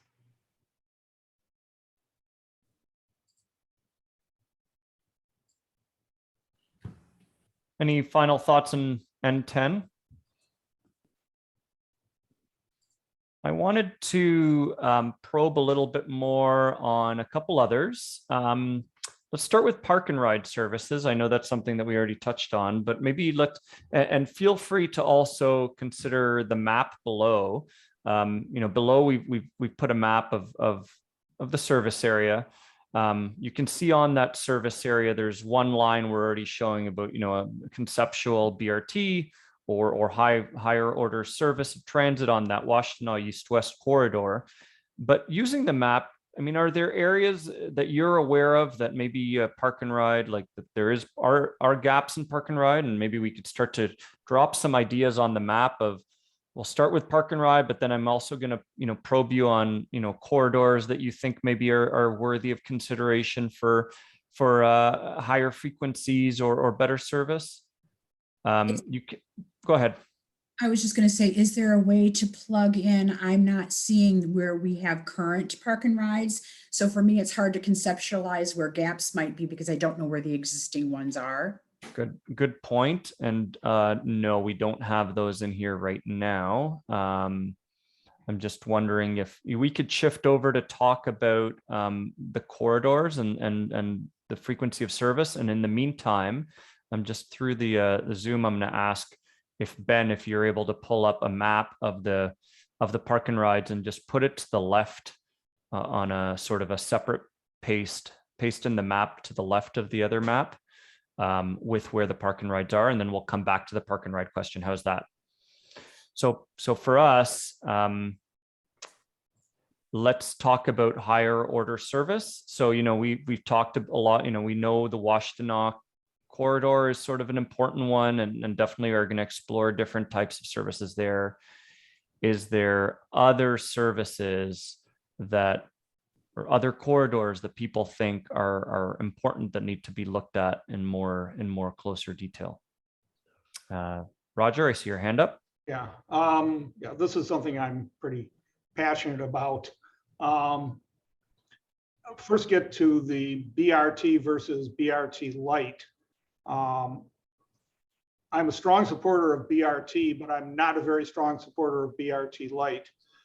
Back when the Washtenaw BRT study was done, I don't know, 3 years or so ago, it said, well, if we put BRT light in, we'll reduce the travel time between Ypsilanti and Ann Arbor, which I think is the critical element in increasing ridership.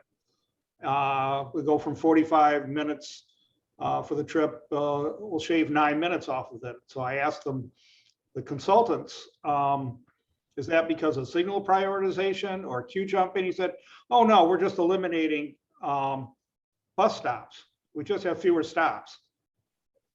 That hardly seems like a solution to the problem.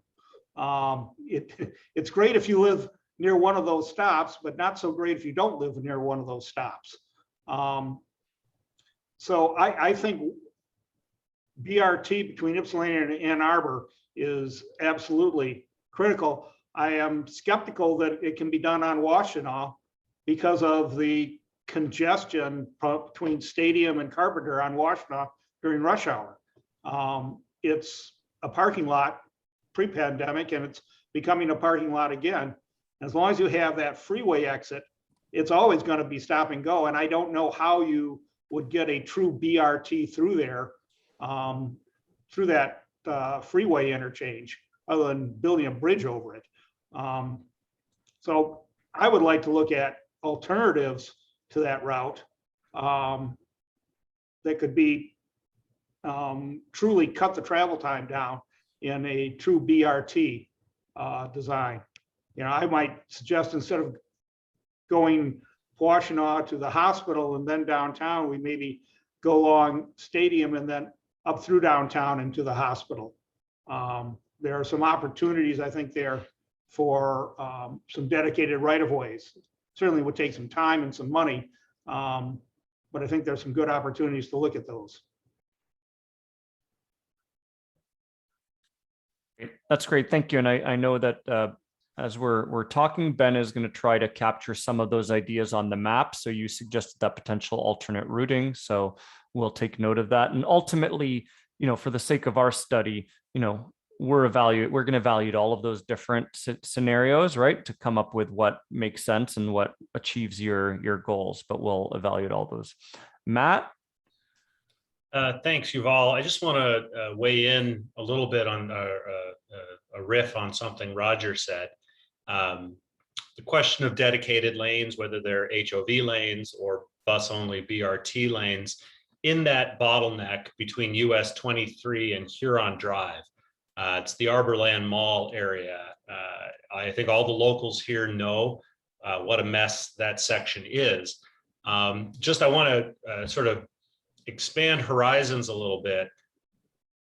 I did have very preliminary conversations some time ago with some of the other transportation professionals in the area, and just floating the idea, because Carpenter and Washtenaw is one of the worst crash intersections in the county, and MDOT doesn't like that.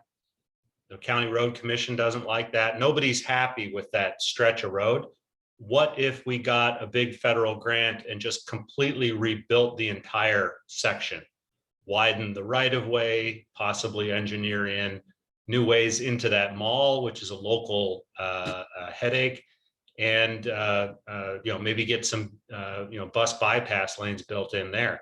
That's a really big stretch goal. I mean, we're talking about $100 million project, somewhere in that area, utility relocation, significant engineering, multiple jurisdictions involved. It would be a big push, but I don't want you to limit your imaginations at this stage to what exists on the ground right now. Feel free to dream a little more expansively about rebuilding some things in this community in a radically different way. That's great. Thanks, Matt. Yeah, I think you're right. A project, if it was a 5-year plan, you're sort of constrained with what's on the ground and what can you do with what's on the ground. But the 25-year plan is precisely the scenario where you want to be able to be a little bit more ambitious and more forward thinking in terms of what can be done. Okay, so any other thoughts in terms of specific corridors that we should be focusing on? I think there was also mentioned above, we talked about the north-south, Plymouth and State. So we'll definitely take a look at that. Any other important corridors in your mind? I'm curious about a study to see, where, as I'm looking, are these little orange spots supposed to delineate park and ride lots?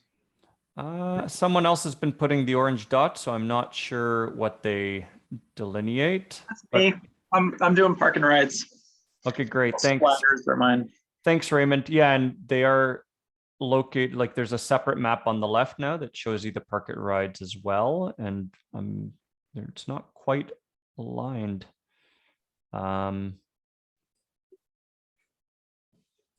Yeah, so I guessing like number, I guess kind of what gave me pause is that I'm very curious about the Huron Whitaker Road stretch south of Ypsilanti. Right now parking is a big issue in Ypsilanti, and there's this whole parking study going on, and it's actually having some implications for rebuilding the YTC, because we're asking to use some of the parking lot. And I'm wondering whether there's, there are a couple major shopping centers south of 94 And I'm wondering about the possibility of doing park and ride into Ypsilanti. You know, we talk a lot about park and ride into Ann Arbor, but there are people who do work in Ypsilanti as well, to the point where we have a parking issue. So what kind of, we've never offered regular service on that south of Ypsilanti stretch, and I'm wondering what kind of demand could be created if there was more regular service there, or at least maybe during peak hour. Is it, what are we assuming versus what do we know? Right. Yeah, and I think ultimately that's what we'll evaluate, right? Is we need to evaluate the potential of these other locations and sort of to see which ones fit into that picture. Thank you for that. Yeah, any other thoughts on corridors? For those of you on concept board, or maybe Pia, if you want to shift your screen over for those of people that are watching, the park and ride lots are there. Is there any other known, areas that you're aware of that need to be explored further for park and ride expansion? Did we say South State Street in Ann Arbor? I don't know if anybody said that. I didn't hear it, but when I was on the City Planning Commission, we constantly recognize South State Street as an underserved corridor. Not as busy as Washtenaw, probably not as busy as Plymouth either. But it's got the mall down there. It's got direct access to the freeway on South State. It gets you to gets you to Central Campus. So it is something that's underserved and probably deserves a look. Okay, great. Thank you. Any other elements of the network that you want to flag for us before we move on? Susan? So to the point that was just made about park and ride lots, in the past, AETA worked with some of the large shopping malls. Arborland comes to mind 20 years ago, but I see a lot of parking at Westgate. So park and ride lots don't have to be owned and operated by public agencies. And so to the point that was just made about South State Street, we already use the mall for some amount of ridership. And I guess it's a question, as we get more congested, are there ways to direct people coming into the city to take exit, I'm just doing off the top of my head, the State Street exit versus, or 172, which is Jackson Road versus State Street. Are there ways, again, we can use existing facilities and encourage the inflow of commuters to use certain exits and take advantage of existing oceans of surface parking lots? Because there's a lot of parking lots everywhere, and I'm not sure we're maximizing the benefit of that impervious surface. And I also think people take the shortcut. If it's going to take longer to get off State Street, they'll go another couple stops and get off Jackson Road and go to the hospital that way. So I think people are flexible in their inflow by things like time, how quickly it takes. And so that's where things like a Westgate could be very advantageous to us to catch people from the west, people that might ordinarily just be coming in from, South State Street. Thanks for that, Susan. Oh, Matt, I see you have your hand up. Go ahead. Maybe a counterpoint to Susan. I don't think, and I may have mentioned this to you before, I don't think if you're talking park and ride that we should limit ourselves to a map of this size. US 23, probably arguably a good place for a park and ride lot for Ann Arbor might be Brighton, so that you intercept people long before they've already slogged through the corridor. So I think looking beyond our little freeway ring to the origin point of where some of these people are coming from might be warranted. I also have questions about the scale of the park and ride and the level of service necessary to attract people. We do have park and ride lots. They're relatively small, honestly, and they fill up relatively fast. So looking at, municipally owned or parking agency owned lots is not out of line, particularly with the RTA as a partner, because they could be the party that owns and operates those facilities and runs that service. So I wouldn't limit ourselves to this footprint. Thanks, Matt. We'll take that into consideration. And I guess for the group as well, if you have any other thoughts beyond the boundary, please let us know. Oh, I see, Mike, you have your hand up. Go ahead. Yeah, I don't want to be too grumpy, but are we going to be covering all these other ones like fleet and facilities, technical affairs, et cetera? I mean, we only have about 2 hours left. Yes, and this is so very far along on our agenda. I appreciate that. And so this is definitely the one that we typically have taken the most time on because it is the most complex and it is the most core to the plan. But that is sort of where I was going to go to next. Was I think that we've sort of discussed all the items here, and I would suggest we can move forward. I just wanted to ask, Mr. Chairperson, did you want us to take a break? Because I feel like if we're going to take a break, this might be the right spot, or would you like us to keep pushing through? I mean, your call. I mean, if we can take, I'm sure people need a bio break by now. It's, we've been at it for a couple hours. So I have 2:52 on my thing. If we want to get back together at, 2:53 now, how about 3:03? People want to get back together, if that's okay. That sounds great. Thank you. All right. We'll see you folks in 10 minutes. Hey, Yuval, just real quickly before you bounce. Yeah.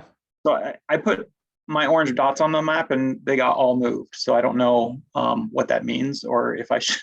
No, I think someone on our team moved it so that it's aligned with where we understand the parking rights to be. Well, but I thought the request was where are you suggesting? Got it. So the dots were suggested. where you were suggesting. I think we misunderstood. So we will move them back, and then when you get back, you let us know if we got it right. How's that? Okay.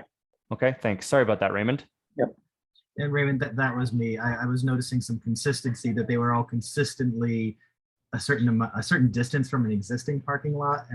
But I guess that was just a coincidence. So I'm sorry about that. I thought I was being helpful. No, and that's fine, Jesse. I guess what I was, my thought process was capturing people right off the freeway, because if you force them to drive into a downtown, they're just going to end up driving to their final destination. You're not going to capture them in a park and ride. So I was picking.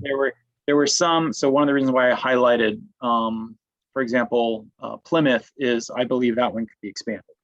So that's an existing, but I feel like there's an opportunity for expansion. And then I had dropped one down on State to Eric's point. The Ipsy one I dropped off of 94, just because I felt like, you can capture people off the freeway better than if you expect them to drive into downtown Ipsy. So do you mind just putting those back, Raymond, since you know specifically where they were? And I guess if it wasn't us, we wouldn't know where to put them back to. Sorry about that. And yeah, it's just since people are on break, maybe we'll hold any conversation on that till people return, just so that. Well, I'll go ahead and add sticky notes to them so it clarifies what it is the point I was trying to make. Okay, thanks everyone. We'll see you shortly.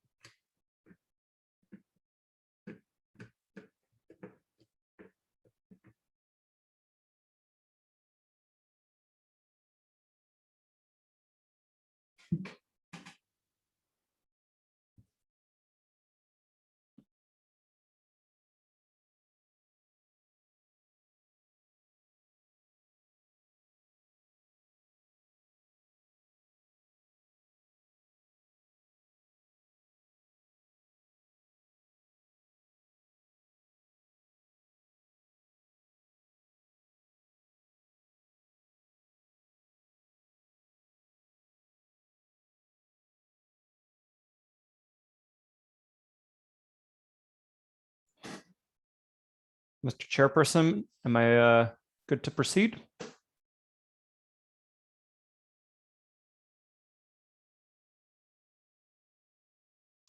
I think so, yeah. I was on mute.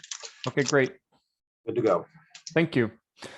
Okay, so we have wrapped up discussion on the network elements piece. As I mentioned, this is the most substantial part of the discussion, so I appreciate your patience with that. One thing I should have noted at the beginning, and I'll note now, is that concept board will be open for a day or two after today's session. So if there is something else that comes to mind that you wanted to flag for us, please just put it in there or email through Matt and Forrest, and it'll find its way to us. So with that, let's move on to the next bucket. We're going to talk about fleet and facilities now, and we'll start by, I see already some people have already started putting their dots down, which is great.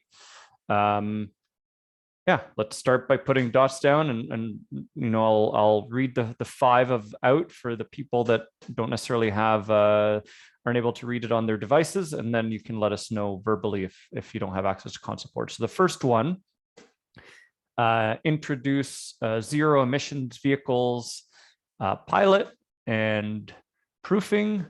And so we recognize that there's a separate study that's going to be feeding that. The next one's around expanding garage capacity. Again, there's a separate study that will inform that. Third one is around expanding and or replacing the transit centers. Fourth one is around exploring mixed-use real estate opportunities at terminals. And then the fifth one is around improving customer amenities and accessibility at bus stops and customer facilities. So, and specifically to the extent that is in your, within the domain of TheRide. So just looking at my list from before, I believe Ryan, Kathleen, Eric, and Susan verbally provided their comments. If I missed anyone on that, please let me know, but welcome anyone to go off mute and just share what their thoughts are. This is Eric. I'll put a green dot by all of those. This is Kathleen. I would also like to have a green dot for all of them.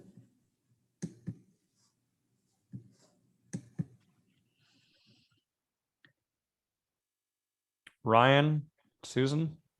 So a question, I think, for Matt, with the electrification of buses, it's my understanding that the support equipment has to change to support it. For instance, the hoists have to be able to carry heavier equipment. The buses themselves weigh more. So are F1 and F3 tied together? If we're aiming to electrify, doesn't the support equipment and the maintenance facilities have to change to accommodate a heavier vehicle? Broadly, it depends. Broadly speaking, yes. Brian and I are going to be selecting a consultant in the next couple of weeks to go into exhaustive detail on this issue exactly, so that we'll find out exactly how much it would cost, for example, to switch propulsion systems. There are going to be facility implications, whether it's rewiring, building a compressed hydrogen station. I'm not sure about the hoists, but the power supply and the fueling station alone are a significant concern at this stage, especially since the building is landlocked. So we will be bringing more information in the coming months on the details of those costs and benefits. And if I could just ask another question of you, I'm assuming with the nodes we have, Central Campus Transit Center, Ypsilanti, has its transit center, downtown Blake, we should also have charging units. If these buses are out all day, the electrification question, it just comes to another technology. Are there chargers, for instance, on Library Lane? So the buses that we are charging up are now available for service. So is it a technology question for if we electrify, it's bigger than just the fleet itself. Yes. How do we keep them charged? Without going down the rabbit hole too much and knowing that we'll have more discussion on this in the future, changing the propulsion system will probably touch every element of this organization and include significant costs, whether they're charged en route or charged at the depot. Lots of pros and cons to sort through. We're going to get an engineering firm on board who's done it and they're going to guide us through all those questions. Thank you. I just wanted to ask, Jesse and I had the opportunity to attend an APTA meeting where we heard from other board members who have gone through the process of either beginning or almost entirely having their fleet in the electrification process. One of the concerns that we heard is that if there is a power outage, that means your systems are down. And so some other systems are going through a hybrid process where their vehicles are electric and another form of propulsion. I can't remember what it was, Jesse, if you want to help me out with that. Is that also going to be in the study? Yes. The whole supply chain, the whole fueling situation, pricing for all alternative fuels. Yes. I think it was hydrogen I had not realized how prevalent hydrogen was as an alternative propulsion amongst transit agencies. It was really interesting to hear. So I was also just reading, there's just a large very popular article about the failure of battery electric buses in Pennsylvania. Is that Pittsburgh? It's Philadelphia? I can look it up, but that got a bit of national attention. There's a whole lot of electric buses with cracked chassis and they're just sitting unused in a garage because they can't afford to maintain it.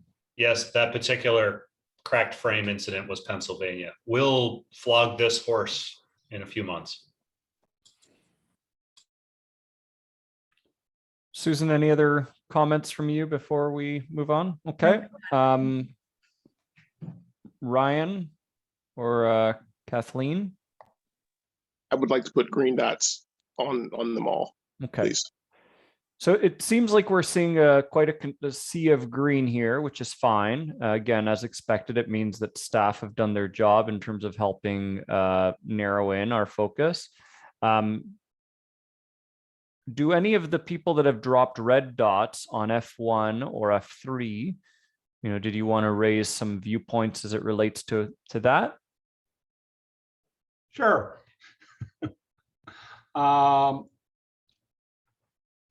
I'm certainly not opposed to electrified buses. I just think that the time frame and the expense is going to be enormous. And I think if we're trying to reduce climate change, getting more people on buses as fast as possible is going to have a lot bigger impact on reducing climate change than switching over to electric buses. Not that I don't think that won't happen eventually, but I think we could spend our money much more effectively by making the existing system more attractive. So that's why I put my red dot there. Great, thank you. And I put the red dot on the other one, not because I'm necessarily opposed to expanding the transit centers, but I'm just not convinced that if we have high capacity corridors, large hubs are as necessary as they are in our current system. And I could certainly be persuaded otherwise. I'm just not convinced as yet. Mm-hmm.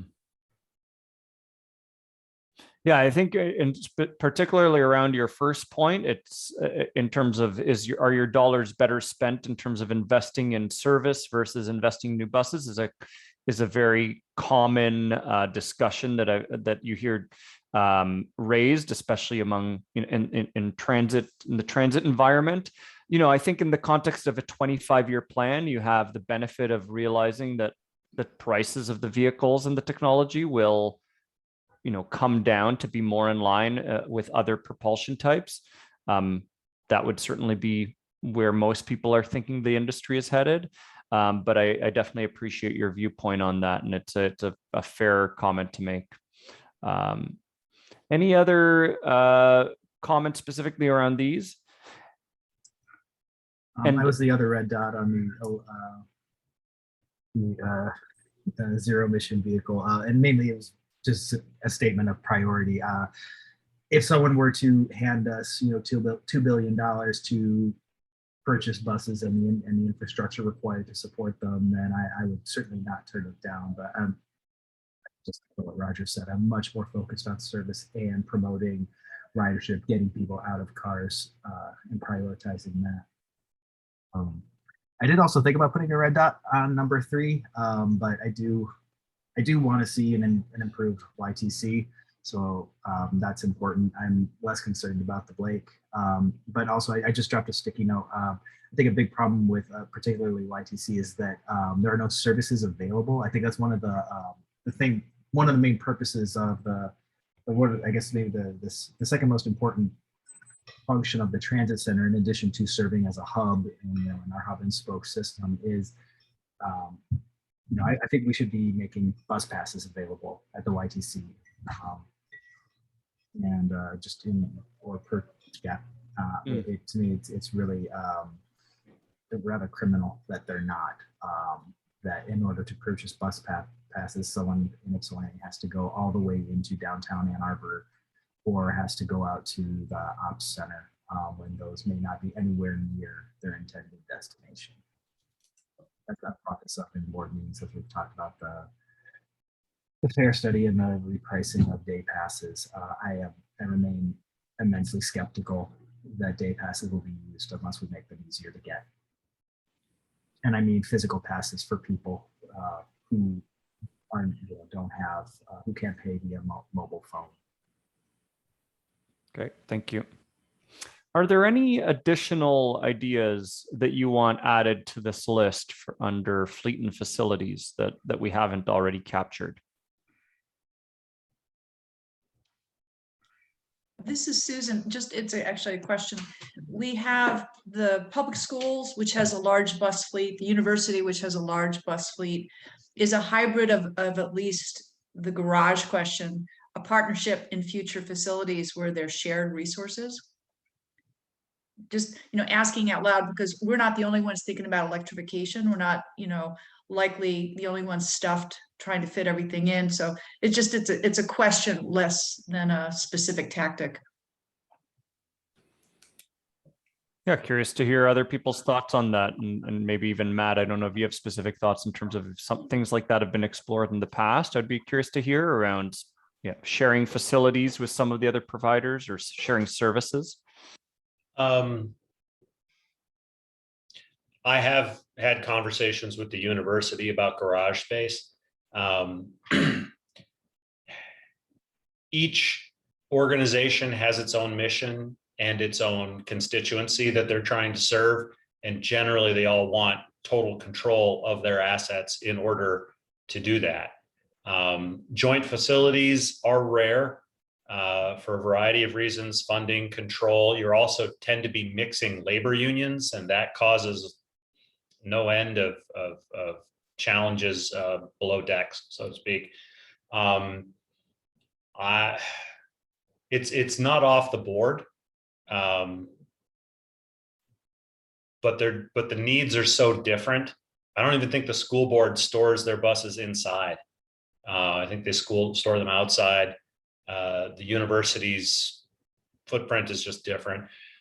It's worth exploring when the time comes, but it's a long shot. Thank you.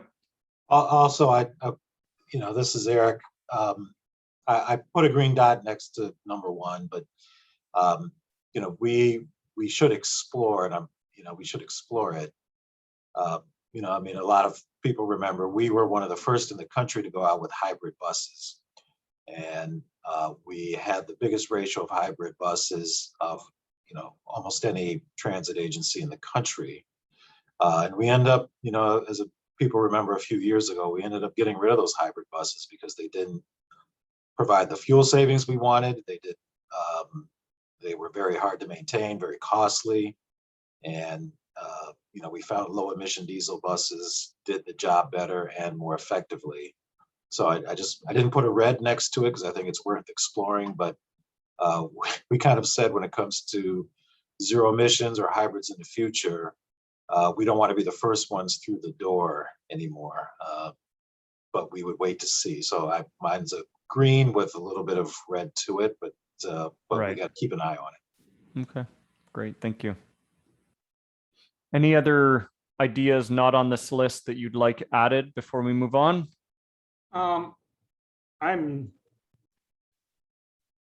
guess I'm wondering a little bit and this is tied much more to the high capacity corridors of whether we need different buses, articulated buses for high capacity corridors, whether some fixed routes can be served with smaller vehicles, and whether that makes any economic sense. I certainly don't have the expertise to make a comment one way or the other. I just thought I'd throw that out as something just to be aware of, that we might want more.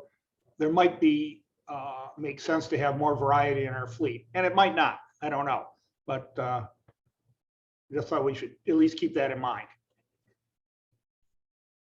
It's great. Thank you. I added fleet diversification as something to look at.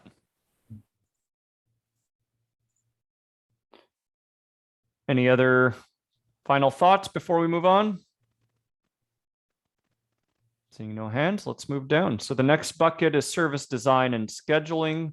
Only a few items here. There are other more operational items that that may be considered as well, but for now we just wanted to raise these 3 as things to get your thoughts on. So expanding off-peak service, we talked about that definitely at the earlier on today. More focus on increasing frequency and less on timed connections and pulses, which is something that, as the service grows and develops, definitely an important thing that you'd want to consider. And then the last one is explore flex routing. Flex routing is where you take, your 40-foot bus that would be traveling and, on the same street, and same time every day, and allow it to do some type of deviations based on requests via technology from customers. And so it just increases, it's a tool, if you will, or a service delivery mechanism that's used to improve ridership in lower density areas. But it is technology based. And so for that reason, sometimes can limit in terms of who can use it. So I see some green and red going down. In the meantime, let's hear from some of the folks that don't have access to concept board. Anyone want to start here? Yeah, Yuval, definitely a green dot for 1 and 2. With number 3, I lean more towards the red dot, I guess because it's hard for me to conceptualize that and how it would greater serve the customers. If they deviate from the route, then where does that leave the customers who are on the fixed route waiting for something? Will that deviation impact them? So I'm leaning more towards the red, please. Yeah, and the way these typically are enabled is that, there are still areas or certain parts of the service where it would be fixed. And then there's parts of the service where it's flexing. And it's built into the schedules to allow some amount of flex. And yeah, if you're in an area where you know it's flexing, you're not expecting the vehicle to come to your stop unless you have requested it. So the technology does, to a certain extent, protect for that, but it's definitely, it's a little bit more challenging to operate, and definitely from a communications perspective. Yeah, communication, especially because not everyone has a smartphone. Right. Yeah. And especially if we're servicing areas that are lower density, lower income, the ability to own a device such as that. I mean, my God, a cell phone these days is over $1,000. Right. Who has that kind of disposable income? So yeah, it's definitely a no-go for me right now. Thank you. Anyone else? Thanks, Kathleen. Ryan, Susan, Eric. So mine's easy. 1 and 2, I would support. But a question, if it's possible to consider permeability as we think about the design. So for instance, that our buses schedule with the Amtrak, our buses, when we once upon a time had express bus to Canton, could we have timed it so it matched the smart bus system? Just thinking about permeability and how we schedule as opposed to just solely our system, just making sure we keep in mind that there's the potential to connect people through the region, through some other services that already exist. So can you just clarify, when you say permeability, Susan, are you referring to, ensuring or timing connections to some of these other modes? Absolutely. Yeah, it's like an intentional regionalism. It's an intentional, it creates an opportunity to allow more people to travel more places, not using a single occupancy car. Great. Thank you. Someone added that as a sticky note there. Anything else you wanted to add, Susan? No, thank you. Right. Ryan or Eric? Greens on 1 and 2. Eric? Yeah, I'm the same. I think green on 1 for sure. Yeah, I guess I'm going to go with the crowd too. 1 and 2 green. Red on 3. Great, thank you. Is there any other, and so we have fairly consistent responses on these. Anyone have specific thoughts around off-peak service in terms of, specifically which off-peak periods that you want to talk about? All of these are subject to the kind of the, I asked you guys for the apex concern at the beginning, which you both, you and Dennis both said, first thing that popped in your mind was funding, right? So, I mean, my first thought would be, if we were to do 1 and 2 and start exploring these as we've all indicated we want to, my first thought would be to turn to Matt and Dina and say, all right, cost this out for me. And how does, what's the most effective way we can do this?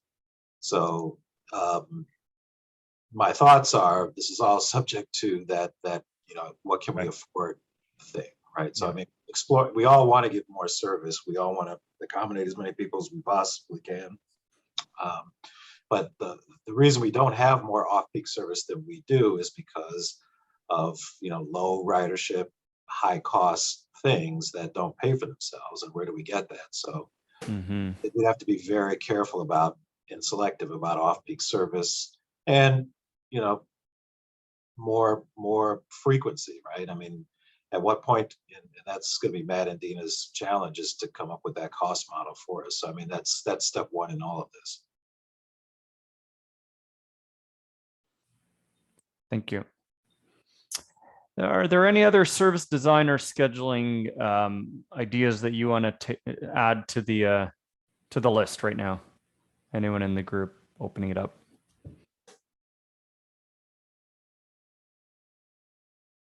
All right, seeing no. Sorry. Is this where we would have like where on this would I put a system redesign? What if we were to just draw a new map from the ground up? Yeah, that would be part of the network elements above, and that's to a certain extent, something that we're going to be considering, right? In envisioning a 25-year system, we have that flexibility. Our focus will be on really defining and analyzing well the sort of we'll call it the central trunk routes, if you will, the major corridors. To a certain extent, we'll start to get into some of the neighborhood and cover, some of the lower frequency routes. But to a certain extent, those are less critical, that you design those and build those around those bigger, high frequency corridors, which is where our focus will be in terms of designing.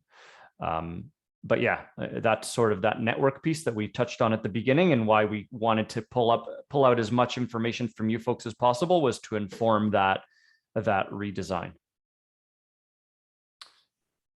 Thank you. Does that address your question, Jesse?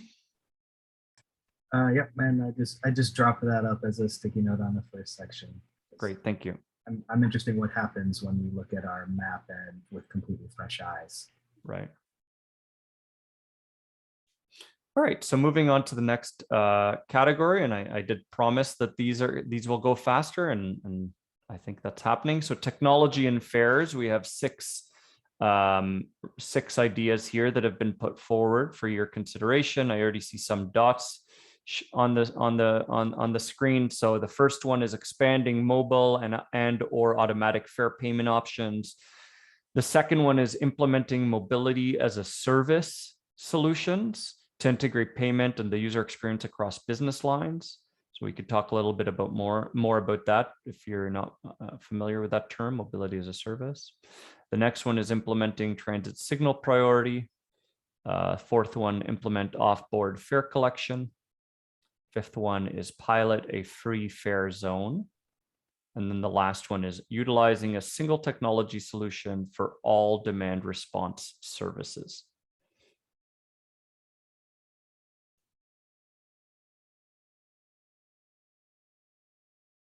All right, so do any of our board members without concept board want to chime in on this? I actually have a question on number 6, where you say utilize a single technology solution for all demand response services. So what that means, or what I'm trying to conceptualize, so we have TheRide, we have the ADA paratransit and other things. And I know that some things are being handled by MV Transportation, some things are being handled by our own call takers. So what you're saying is, instead of having multiple areas, it would just be one jurisdiction handling all of the, or one area handling all of the calls, or is it there would just be one technology that all of the different areas would utilize? It's the latter. Like here, the focus is on the technology in terms of the organizational structure and how to address that. That's sort of beyond what we're really focusing in on here. But from the technology perspective, there are different technologies being used, and sort of consolidating all of those into a single tool that would also enable you to better integrate and have crossover operations as well, should that be something to consider later on. Okay, then I'd like green dots on everything but number 5, please. Okay. I think for me, 5 is aspirational, but I don't think we're near that. So just to clarify number 5, and not trying to win anyone over, because I definitely understand the challenges and perils of free fare. Just to clarify, the specific idea there in number 5 is not to suggest all fares are free, but to pilot a zone where the fares are free. So maybe just downtown or just a certain corridor. That's what number 5 is right now. But yeah, certainly recognize that can come with a lot of overhead and complications. Okay, thank you, Kathleen. Anyone else? Ryan, Susan, Eric. Yeah, I would like to put green dots on all of them, with the exception of 5, though that does sound interesting. And I'd be interested to hear further, conversation about it. But right now, I'll put green on everything for 5.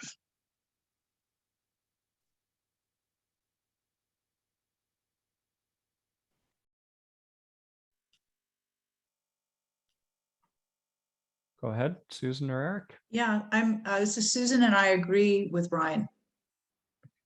All right, and Eric.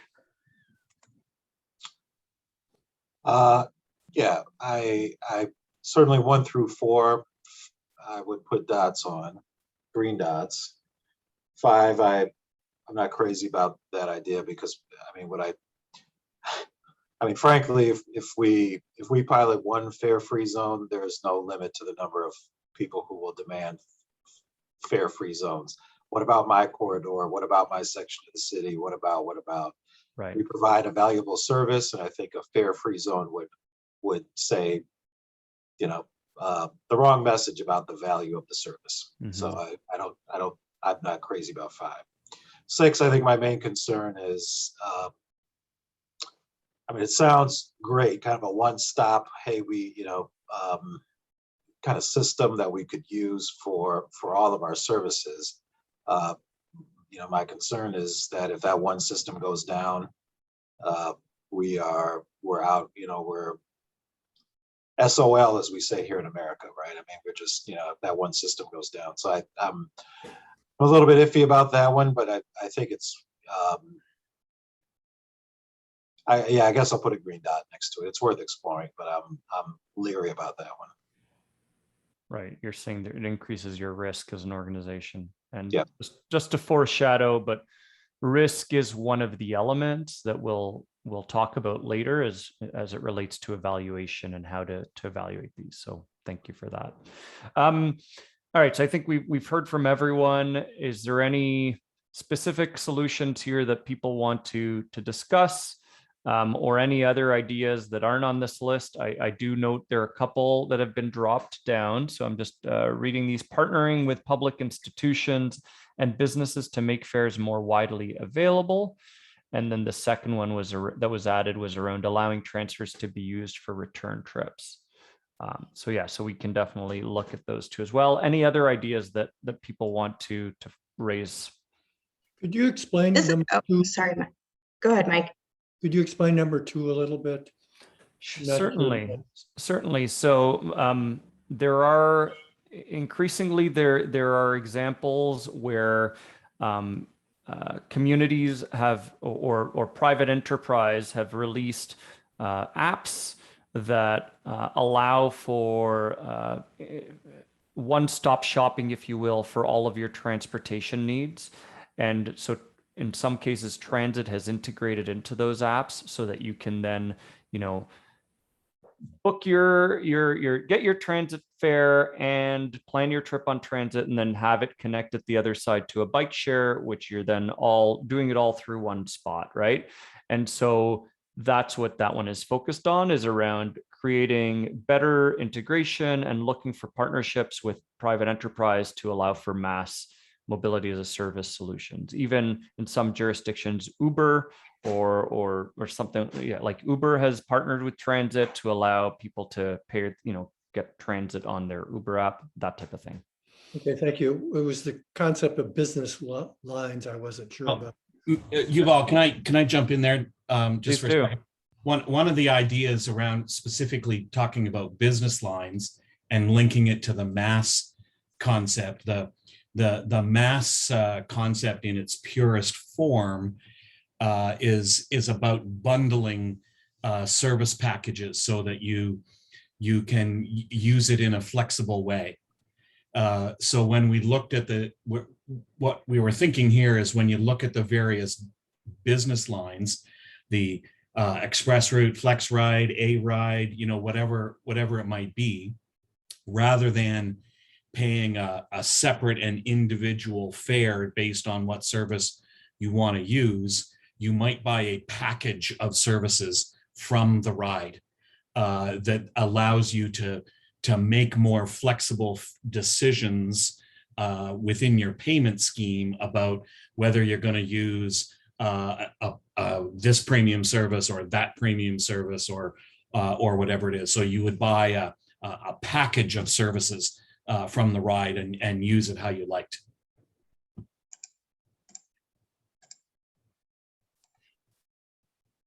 I have a question for staff. So if we're changing the price of the day pass to the same as like a one-way fare, right? Or is that just the discounted fare?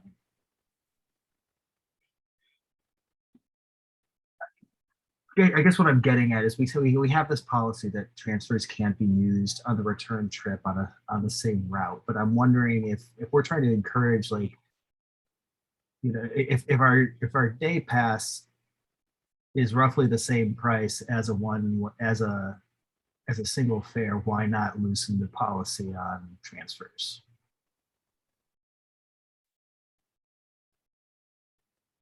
Ryan? I think Kyra has a hand up. I wasn't gonna answer that question. I was gonna talk about number 5. So the, Okay. Brian, go ahead. Sorry. okay, yep.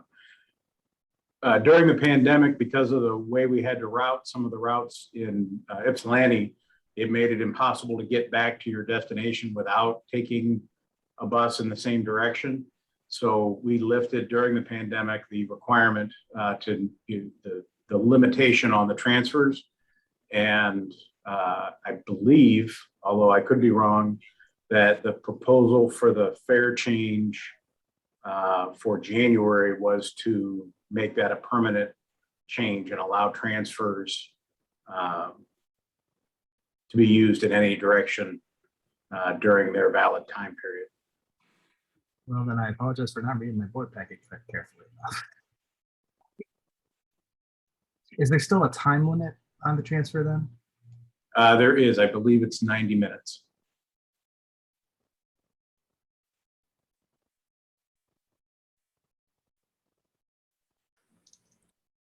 Kyra? Yeah, I'm the lone green dot on number 5, so I just wanted to talk about that for a second. I appreciate all of the concerns that people have said for why they're red dots, but I think, you know, pre-pandemic ridership was trending downwards. Pandemic, it fell off a cliff, and I'm not very optimistic about getting back to pre-pandemic levels at the timeline that we've been kind of looking at. So I think, especially given that one of our ends is, you know, attracting riders to use the transportation authority as being an attractive alternative to their automobiles, I think we're going to have to do some creative marketing. And I think if this was thought out very carefully and implemented thoughtfully, that this could be a really good marketing opportunity. And I think we should keep that in mind for the future.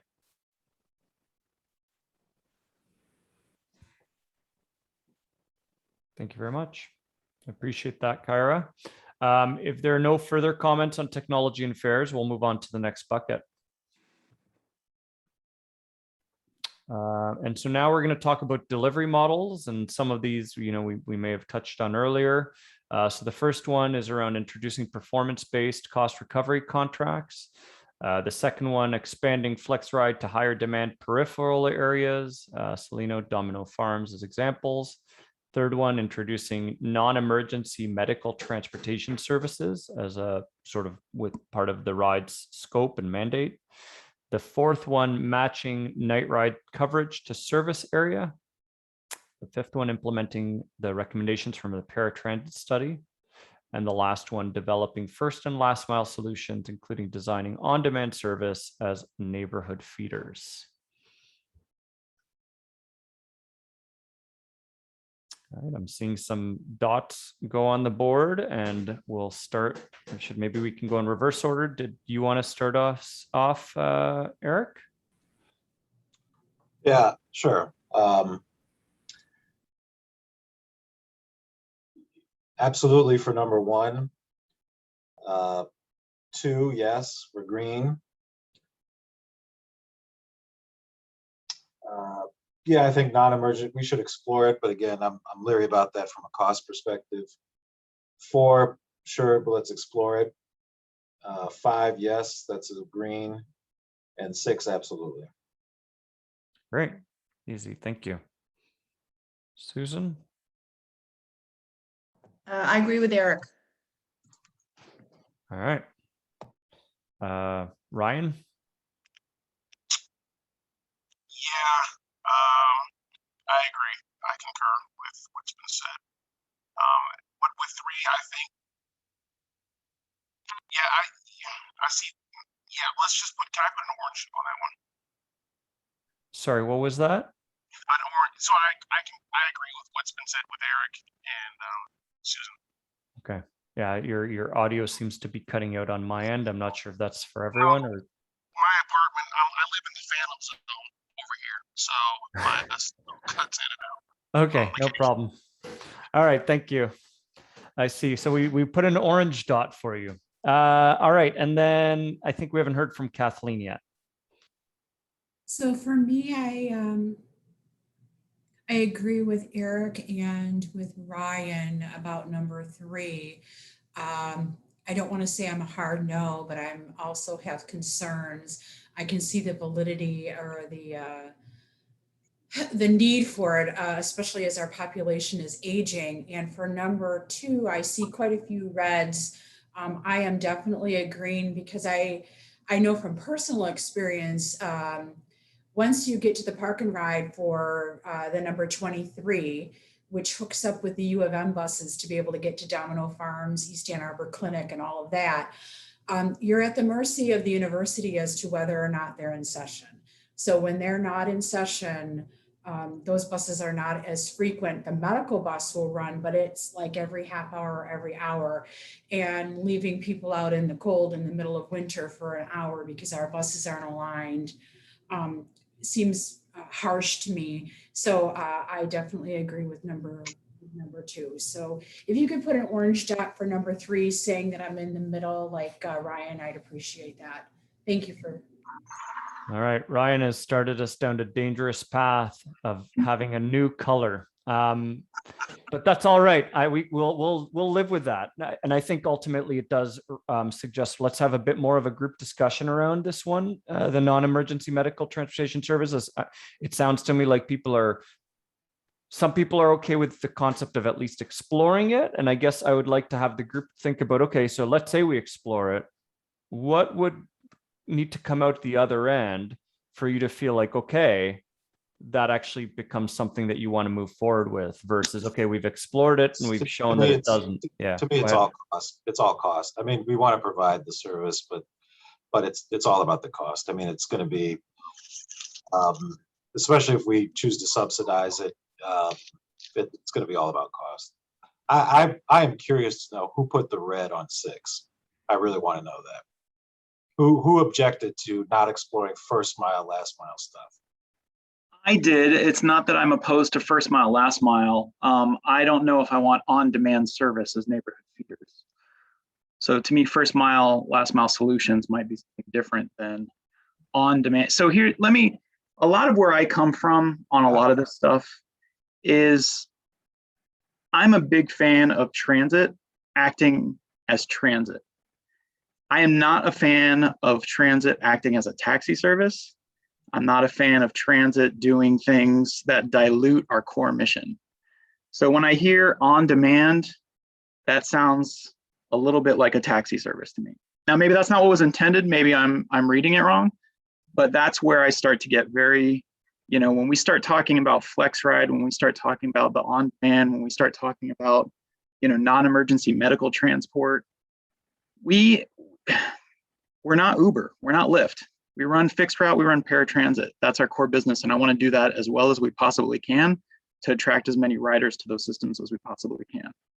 And so, again, maybe my interpretation on this one was wrong, but that's just I agree with first mile, last mile, but, I'm not seeing things like, bike share or other things here. I'm seeing on-demand service, which is that raises alarm bells for me. Yeah, and to be clear, like the on-demand services could be services delivered by TheRide. But you're right, like that term could be interpreted in different ways. So if I understand correctly, Raymond, is it that your concern is more around if it was like an Uber or a Lyft that was contracted to provide those services versus if it was some on-demand neighborhood service that TheRide was operating? I mean, do you interpret that, Raymond, as like that on-demand service is door-to-door stuff for first mile, last mile, or just like you get, like for instance, if we have a busy stop, on-demand will get you within a quarter mile of like there's a node somewhere, or I guess I want to explore that a little bit more with you in terms of what you think of as on-demand in that context. Well, I mean, I think it's probably helpful to have staff define what is meant here, because I think we can maybe all come up with different interpretations. But here's what it is not to me. We're not going to take a 40-foot bus and deviate off of a route because someone hailed it to pull up to their house, right? That's not what this is, Right. because that doesn't make sense. So then the fixed route is staying on the fixed route. So then if this is a feeder system, the question is, what kind of vehicle are you using to feed into the fixed route? A lot of what, in my world, what we look at is not a transit solution, but it's an active form of transportation. It's bike share, it's e-scooters, it's, things like that, because, that mile connection, first mile, last mile connection is not well served with a on-demand vehicle that's just sitting there waiting for it to be hailed. So that's why you have these other forms of mobility that can fill those gaps more readily. Now, I appreciate and realize that's not available to everybody, but I think I'd rather see, we don't have any of those other options identified, right? We haven't listed new forms of mobility, other forms of shared mobility in this space, and maybe that's worth mentioning. Maybe there's car share mentioned somewhere in here, bike share, those sort of things. Okay. So first mile, last mile, explore on demand is a no-go for you. That kind of on demand, at least as you think of it. Right. For the ride to provide a, Yeah. I got it. Yeah, and if I can just comment, you had asked around, to define this further. I think we intentionally left it a little bit vague because there are many different types of first and last mile solutions. And so understanding and having this conversation to understand where the thinking is around things that are more promising or less promising is useful for us to take away, because we can, as we move forward, this can be broken down into more specific first and last mile solutions to explore. Yeah, I'm sort of in agreement with Raymond. I view the ride's role in this first mile, last mile as more of a facilitating other means of transportation, whether it be Uber, Lyft, or e-scooters, or electric bikes, or a whole range of, tell you downtown, you see a new type of transportation that you never thought you'd see about every week. Sometimes almost getting run over on the sidewalk by them.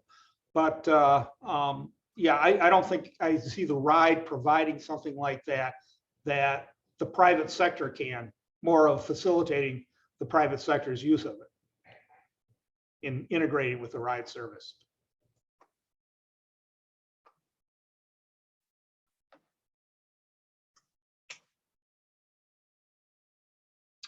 Can I ask why the people who objected to, I think number 3 we've covered, but the people who objected to 2. Yeah, number 2. What was your objections? The diamonds, the red diamonds for that. I guess I'm not comfortable with jurisdictions who don't want to participate in the millage and be part of our system, that we're facilitating service to that system. Those people, it's, to me, they're trying to have their cake and eat it too. I don't want to be taxed for this, but I'd still like some service. But if it became part of the purchase of service agreement, like FlexRide, and they paid for it, they paid their share of it, would that not be worth exploring to you, or no? It'd be worth exploring under the condition that it was 100% paid for by them, that we weren't using governmental funds or any of our funding or potential funding. Yeah. Anyone else with a red diamond on D2 want to comment?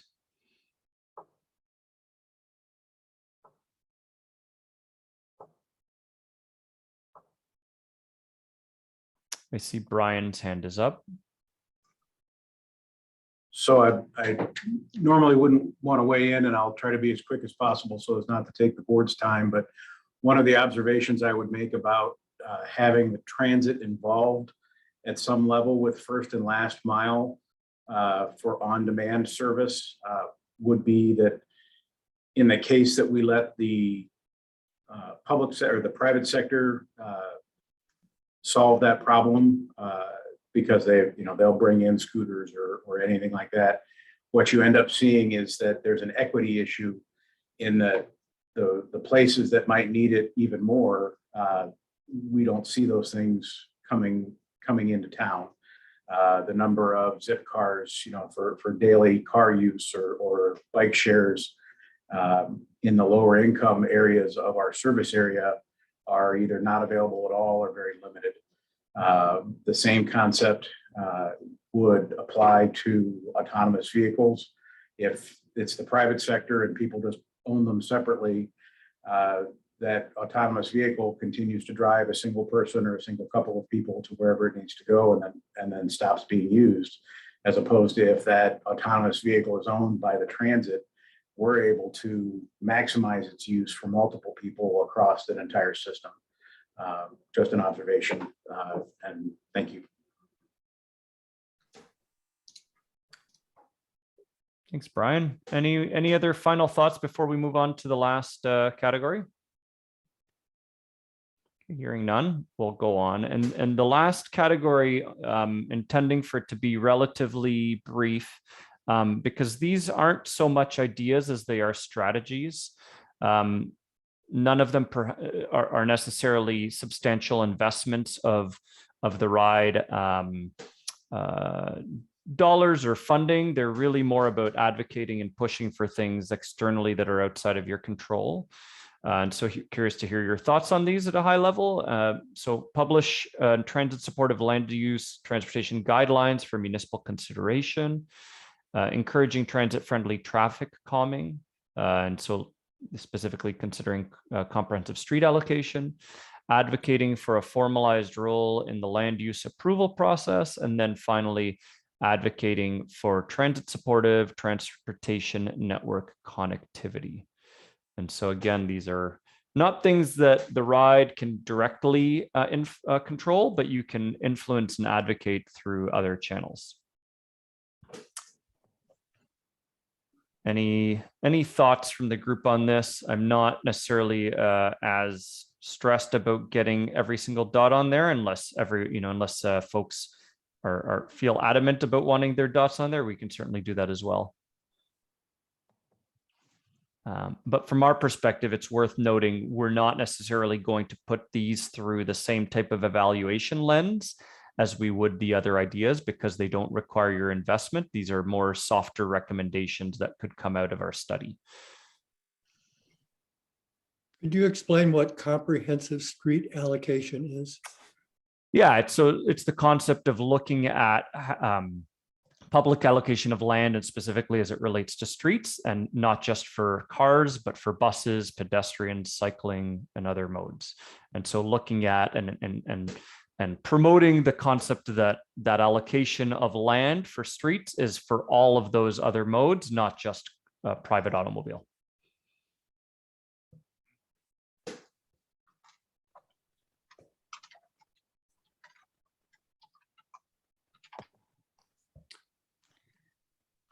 Any other questions or thoughts on this list? I see a hand up from Susan. Go ahead, Susan.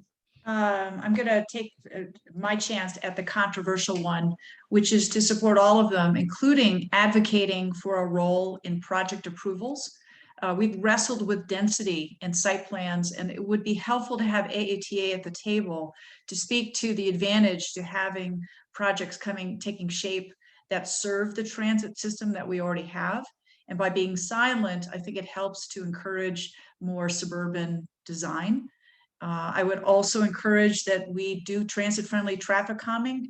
The example is on Huron Street. We looked at using the curb as a different entity than the inside lane, and creating that, it then can shift cars to just using the inside lane, which helps to slow them down. As mentioned earlier, other than 2 hours in the morning and 2 hours in the evening, 20 hours a day, there is more road width on Huron than could ever be used. So we model everything around rush hour, very fearful that someone's going to spend 5 more minutes sitting in a queue. So I would urge us to think seriously that Our biggest challenge is single occupancy vehicles, and anything we can do to encourage the use of the road to non-single use vehicle mobility, I think it's to our advantage. And I love the idea of us advocating for connectivity and particularly land use. A small example is the city began 10 to 15 years ago to push the buildings to the sidewalk, and the parking lots are behind them. That makes transit much more attractive along Washtenaw, as just an example. And I think ATA at the table to push for those things in all of our communities is to the transit users' great advantage. So we don't have advocacy at these moments when we're the community is seeing pushback. So I would support very strongly all 4 of these.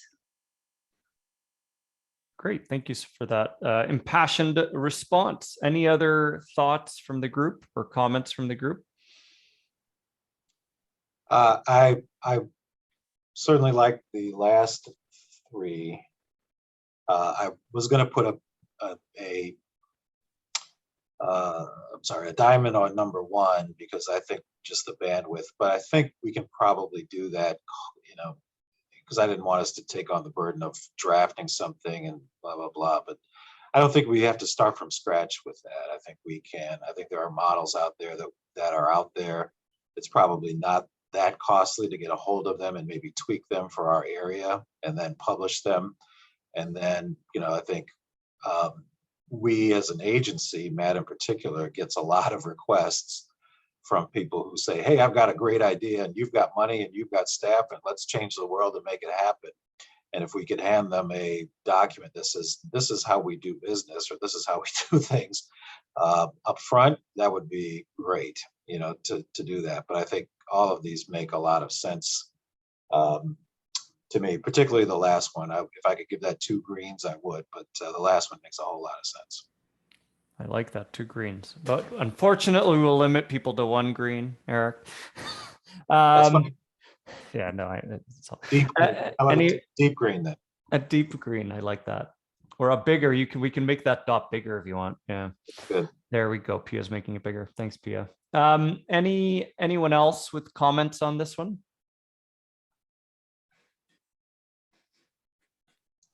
And I was also agreeing on. I was agreeing on every single one of these. The more I learn about transit, the more I discover that land use policy and transit are intertwined, and that we are at a disadvantage for being this separate entity amongst our municipal government. I see Raymond kind of chuckling over there and kind of curious to hear what he has to say about this. No, Jesse, you're absolutely right, though. I mean, I was on the planning commission for years, and the amount of times we did something and said, AATA will go along with this. I mean, it was, looking back now, it's shameful because I could probably contributed to that. But, we need, you and Susan are absolutely right. We need to have a role in that. And I want this, like, again, not just in Ann Arbor, but I referenced earlier, this housing development that's being proposed in Ypsilanti, and it happens to, be right between 2 bus lines. I would have liked to have had, AATA at that table talking about why this is a good place to have a housing development, and in terms of our, being, this opportunity to have housing near an urban core. And use transit instead of a single occupant automobile. I would like to see us being involved in those conversations, and not, I think it would be more efficient, not to mention more persuasive.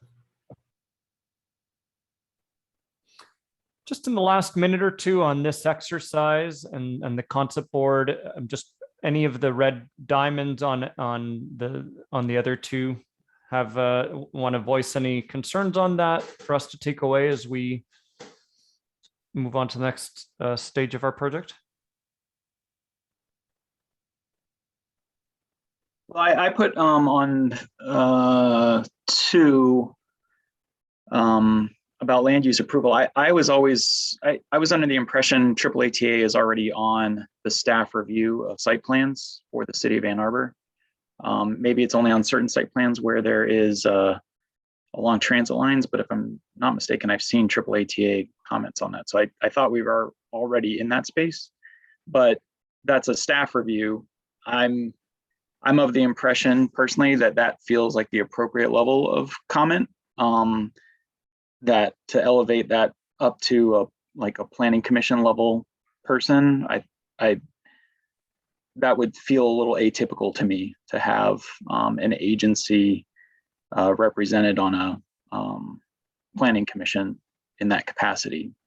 So I don't know if we're completely capitalizing on the opportunity that's already there for comment, unless I'm misunderstanding the opportunities that are already there.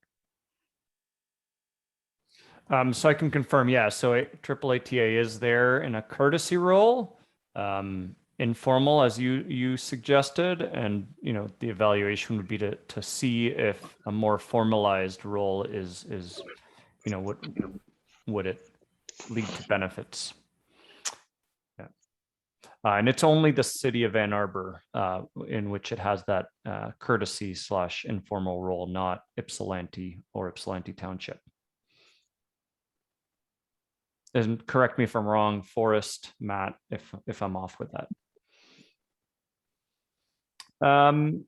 Any other final comments? Okay, hearing none. I thank everyone for your patience. We are pretty much right on track with where we wanted to be. This was the 2-hour marathon exercise that we were hoping would be around 2 hours, and you guys helped us stick to that. So that's fabulous. What we'll do now is we're going to shift back to the PowerPoint for a minute and introduce the next activity. So in the previous activity, we went through and defined what were the specific solutions and ideas we want to evaluate.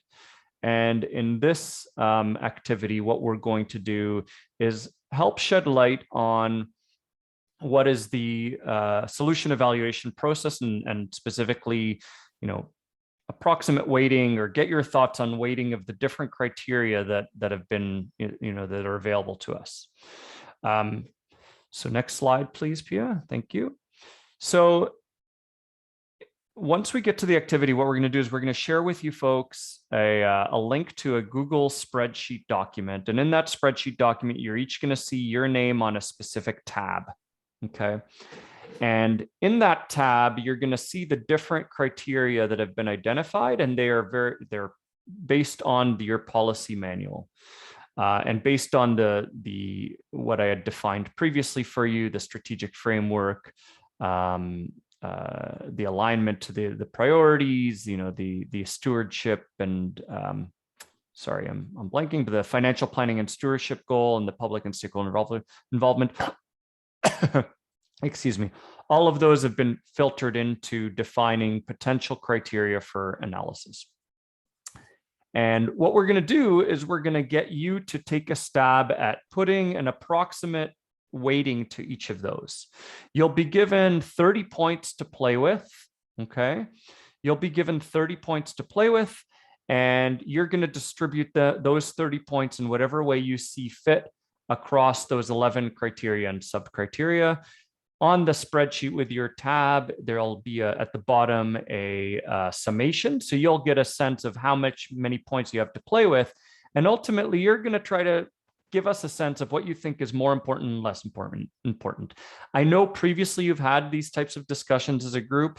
And so this is just another way of you just informing us and giving us information in terms of how to go about evaluating. So the criteria that you're going to be distributing your 30 points across are the following. So increased ridership, equitable access, positive environmental impact, and positive economic impact, high customer satisfaction. And I believe there's another one that was added under organizational alignment around quality of life. Am I remembering correctly? Sorry. Let me just check here because it didn't make it onto the slide. Yeah, quality of life is the sixth one that was added under organizational alignment. Those 6 are directly emerging from your ends. Okay, those 6 directly emerge from your ends. Then we have other criteria that we've inferred from and developed from the other elements of your board policy manual. So those are the roles, So questions such as, is TheRide the right organization to carry out this idea? So meaning, is this the right, is this the right group to be doing it? Risks. So what are the risks associated with the idea, and are they acceptable? Value and affordability. So what are the funding requirements? Is this a good use of limited funding and time? And we're not asking you to tell us what the funding requirements are, but we're asking you to think about, in our evaluation, how much should that funding question play a part? The capacity. So that's, does TheRide have the expertise to pursue this idea now or in the future? Sequence and readiness. So that's, how ready is the solution to proceed? What are the risks with proceeding too soon or deferring? And then finally, public commitment. So what commitments have been made regarding the solution? So there'll actually be 12, not 11 criteria that you're spreading that around. You're going to each have 30 points. Once you have all had a chance to drop your points, then we can have the discussion based on the summary. So I would challenge you not to look at the summary tab or peek at anyone else's tab until you've at least done a first pass through your own. So Pia, perhaps you could just open on your screen to share with everyone the spreadsheet, just so people get a sense of what they're filling in and what they'll be looking at, and then we'll open it up to questions. So yeah, so you're going to be filling in these blue slide, or these blue cells, and you're putting a number anywhere from, you could put 0, you could put 5, and you can see at the bottom it tells you how many available points you have left. We've added a little bit of a description for you so you have a sense. And then this gives us some direction as we go forward into our evaluation process of how much to weight and each of the different criteria when we're evaluating the solutions. Jesse, I see your hand is up. Yeah, two things. With row 2, I saw, is that something that we're supposed to fill out? I noticed that it has a function. Cell D2 is it? Yeah, so Are we leaving that alone? So do not fill out D2. What we've done is we recognize the ends are sort of the most central part of the evaluation. And so we have actually broken up the ends, which is that organizational alignment piece, into the subsequent 6 cells. Okay. Yeah, so don't touch D2. Okay, that was what I was guessing. Just wanted to get confirmation. The second thing is I can't edit. I don't know if other people are having this issue, but I do not have permission to edit the spreadsheet. Oh, okay. So Pia will look as well, and it said for me to click on the button to request access, which I sent that message, but I'm still in view only mode. Okay. All right. So do you want to change the sheet so that we can all edit it, or do you want us each to request access to edit?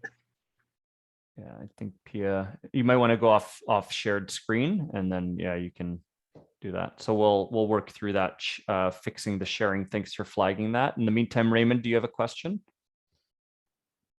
Yeah, I after quickly scanning these, I'm struggling a little bit with, those ends under that organizational alignment are kind of the core what it is we hope to do.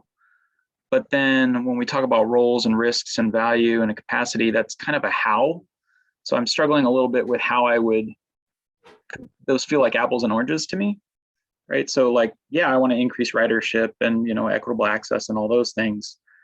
But, is TheRide the right organization to carry out this idea? I don't know how I would take points away from those other priorities up above to put on this. Does that make sense? Yeah, it does to me, because that was I my was thought going to make too. the same comment. Yeah, I had a similar comment to Raymond, which is, I don't know how to divide that up because it wouldn't be on there if we weren't the right organization to do it. But so it's all going to score the same to me. I don't know how to work with that. Right. Yeah, and I see your point. I guess my response to that would be, is there may be situations where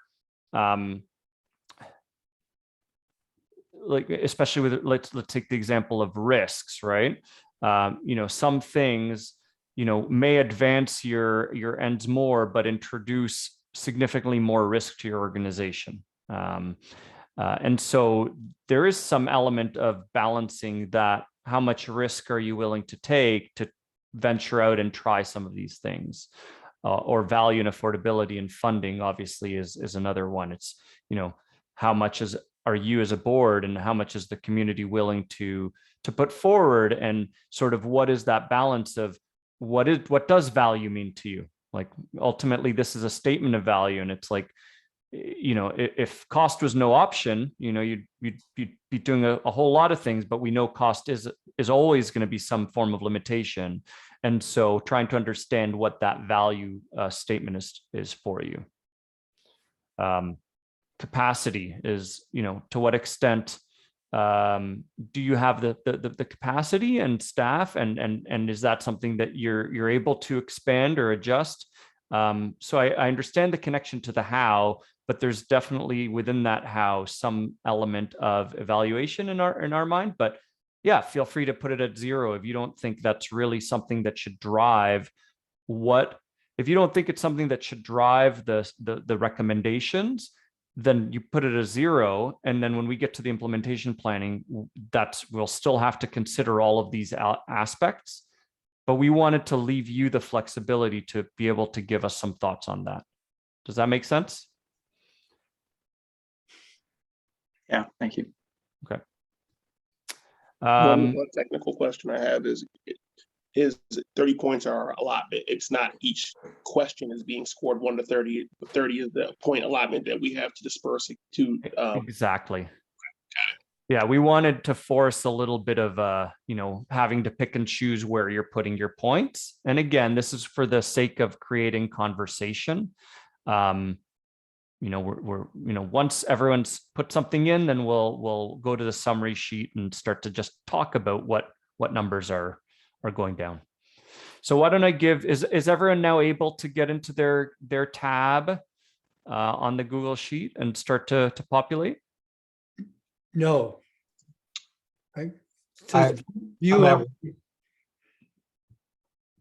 Sorry, who's says view only, and to make changes, ask the owner for an edit access. I had to refresh the page in order to get the ability to edit, but I can edit now. Yep, agreed. Okay, so yeah, so if everyone if you don't mind just refreshing your screens, then you should be able to access it. I'm at work, and my big brother boss is denying me a link to that thing. Oh, okay. Are you comfortable providing your numbers? I can write them down and scan it to you, or something else. I mean, or you could just, if you want to just tell us the numbers here, we could populate your tab for you, whatever you prefer. I can do that verbally. I just need a minute to think about it. Sure. I'd also want to let everyone know that you do have your own sheet. So the landing page will be Eric's. I noticed that someone has started filling out Eric's, but if it's not Eric, maybe just move your numbers over to your respective sheet. Thanks.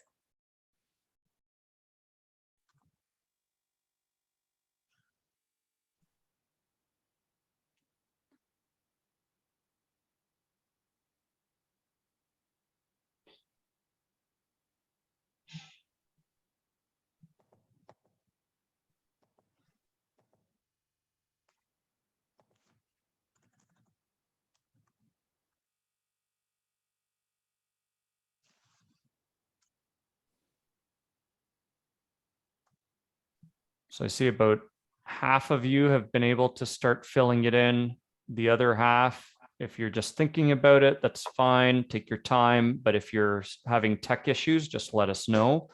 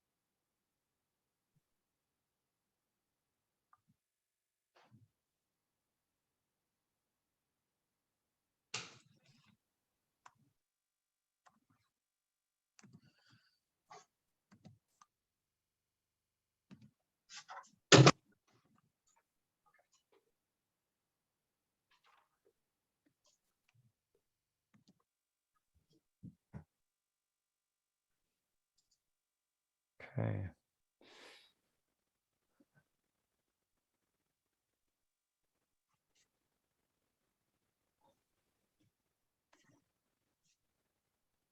Can you remind me how I save this, or is it being saved automatically? It's automatically being saved. Thank you. Okay.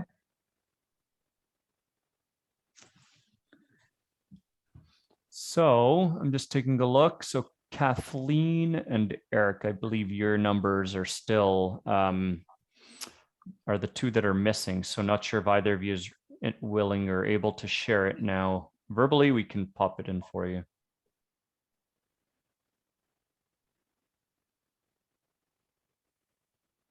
Kathleen, you're on mute if you're talking.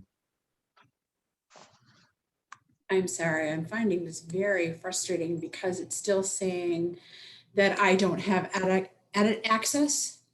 Okay. Do you want to just give us your numbers and we'll So put it in? yes, so organizational alignment, I put 7, increased ridership 3, equitable access 4, positive environmental impact 1, and positive economic impact 2, high customer satisfaction 3, quality of life 3.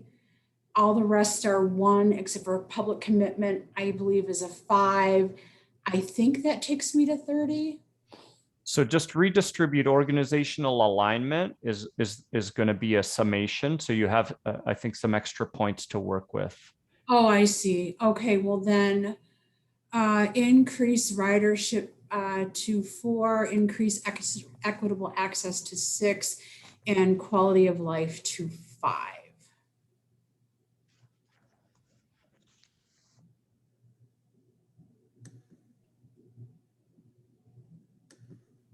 Perfect. I think we are, oh, we have 1 point over. So you'll have Then to shave 1. Shave 1 off of increased ridership. Perfect. Thank you. All right.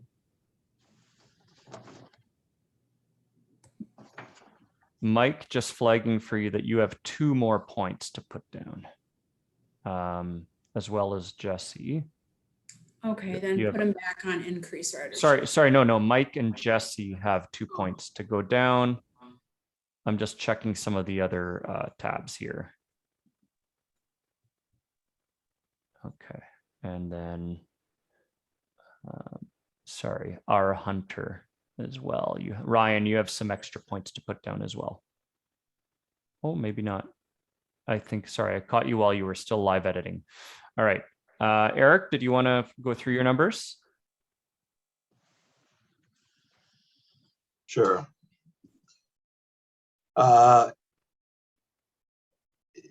Yeah, so here we go.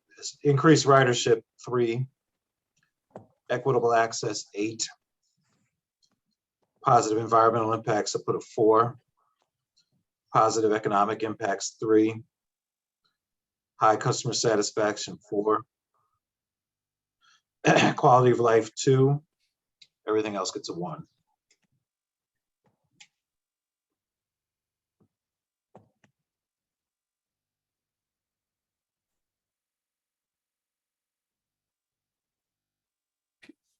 Yeah, I'm just wondering if the bottom it says 30 for Eric. I think that should be a 1. Well, yes, everything should be a 1, and then Yes. might be 30. Yeah, that looks like it adds up. Great.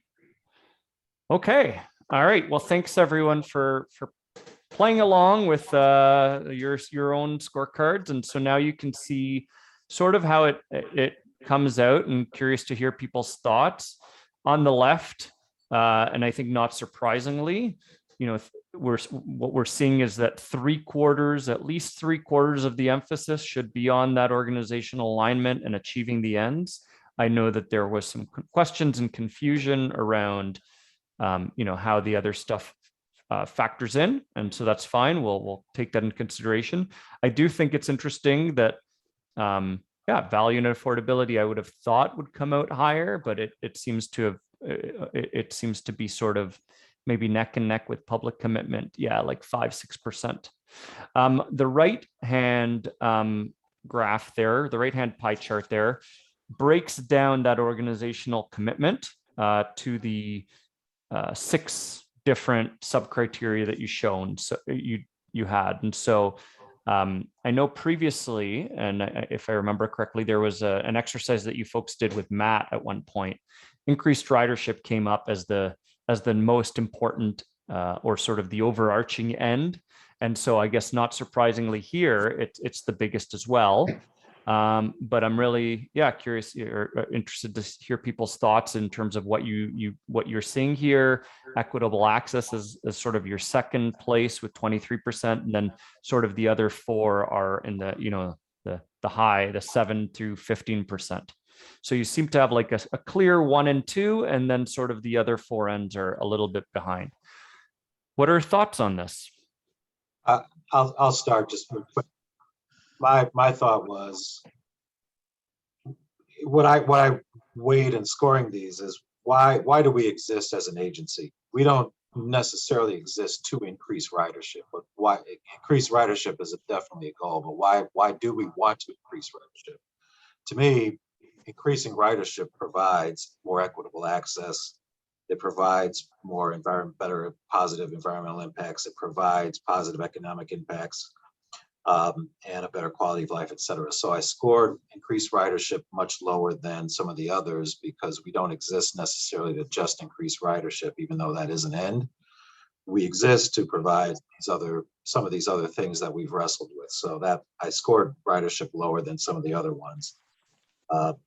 And I struggle with quality of life because I think I've said this before. I don't know how to hold the CEO accountable for somebody else's quality of life. I don't know how to score it and have Matt come back to us and said, yep, I improved the quality of our riders' lives. I think that's just not what we should hold them accountable for. So I scored that with a 2, which is kind of low. So to me, we exist to provide that equitable access. In doing so, we can have environmental impacts and positive economic impacts, and we can drive customer satisfaction. But we don't exist to increase ridership necessarily. So that was my prioritization when I scored. Great, thanks for that commentary. Anyone else want to chime in here? So for me, I'm a little bit more tangled. I think increasing ridership contributes to. I'm kind of the opposite of what Eric was saying, where I believe by increasing ridership, so it would increase the quality of life. It would give higher customer satisfaction, because when we increase ridership, in my mind, what we're doing is we're increasing frequency and access and availability for people to get, which then brings quality of life and customer satisfaction along with it. Maybe that's a skewed way of seeing it, but as someone who rides and who has been listening to how we developed frequency for our different routes, how some routes don't necessarily have the frequencies, say like the 4 is every 15 minutes where other routes are every half hour. When the ridership increases, those routes could then possibly increase in frequency, which would then lead to all those other things. So that's how I'm perceiving it.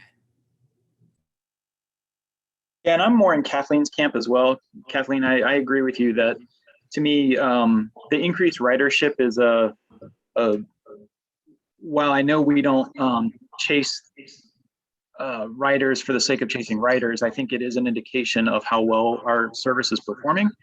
And if we're doing a very good job in providing the best service we can that meets everybody's needs, then that increased ridership does have spillover benefit to positive economic, positive environmental impact, so forth and so on, quality of life. So I actually scored increased ridership very high on my metrics because it felt like it was the most important thing out of everything on the list. Why don't we slash our fares in half? We could increase the ridership overnight. I'm not convinced that will increase our ridership overnight. Or give it away for free. I'm not convinced that will increase our ridership. If you don't provide a great service, and it doesn't matter if it's free, people aren't going to use it. I can tell you right now, there are But that's 50 exactly why I didn't put increased ridership as the number one goal, right? I mean, it's what the ridership does drives us. It's not, as you said, chasing riders necessarily. I mean, it's two sides of the same coin. It's just a way you're looking. Yeah, but to me, the ridership is the indication of success, right? If we're running the best damn transit service we can, it's going to attract riders, and it's the best. You know, it's that is an end worth achieving. Now, how you go about increasing that ridership, I think that devil in the details is the big question. Is it frequency? Is it coverage? Is it fare? Is it, you know, that permutation of how you get there, I think is the big debate. But at the end of the day, if we are pushing more people to riding buses, we're getting more people out of cars, that's the win we want out of all this.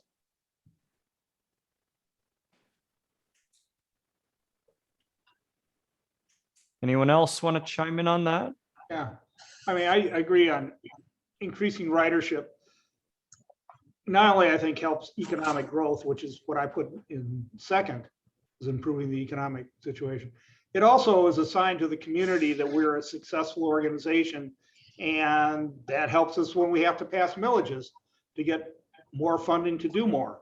So I sort of view that as the ridership being critical for our millage success, and also having a positive economic impact, which also helps our millage. If people feel they're doing well, they're much more inclined to support us financially.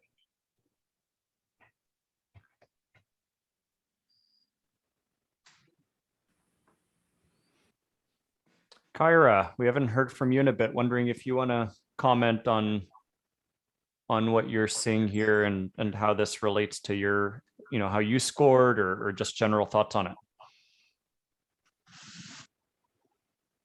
I'm in agreement with Raymond, and I think Kathleen also. I rated increasing ridership and equitable access the highest on my little spreadsheet.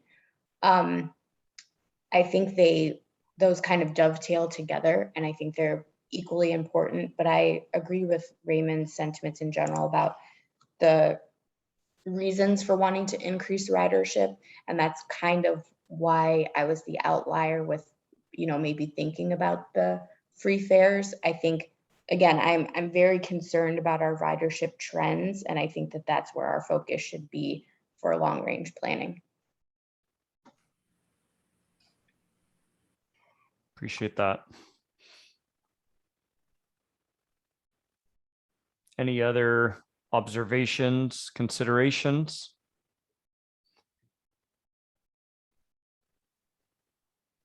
I'm curious, from your folks' perspective, yeah, like I touched on it earlier, value and affordability to me scored lower than I'd expected, because you do have effective stewardship as sort of one of those pillars.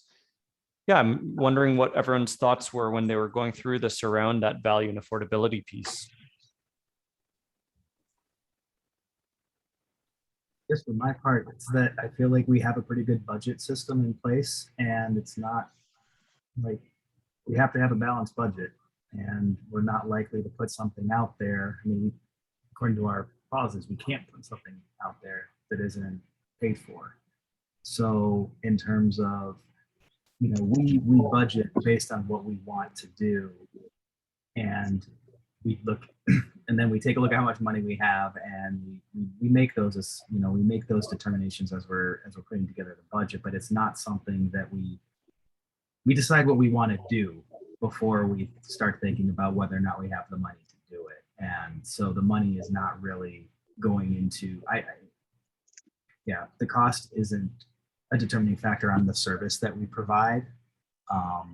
It's, I mean, yeah, it's just, it's, you know, we have to be concerned about our budget, but it's not something that guides our service.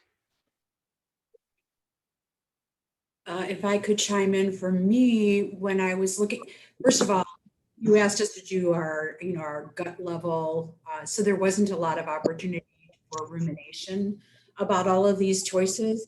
I saw public commitment as part of value and affordability, because if we're not committed to the public and what their needs and wants are, then we don't have value and affordability. And so they were sort of the same for me, the same bucket.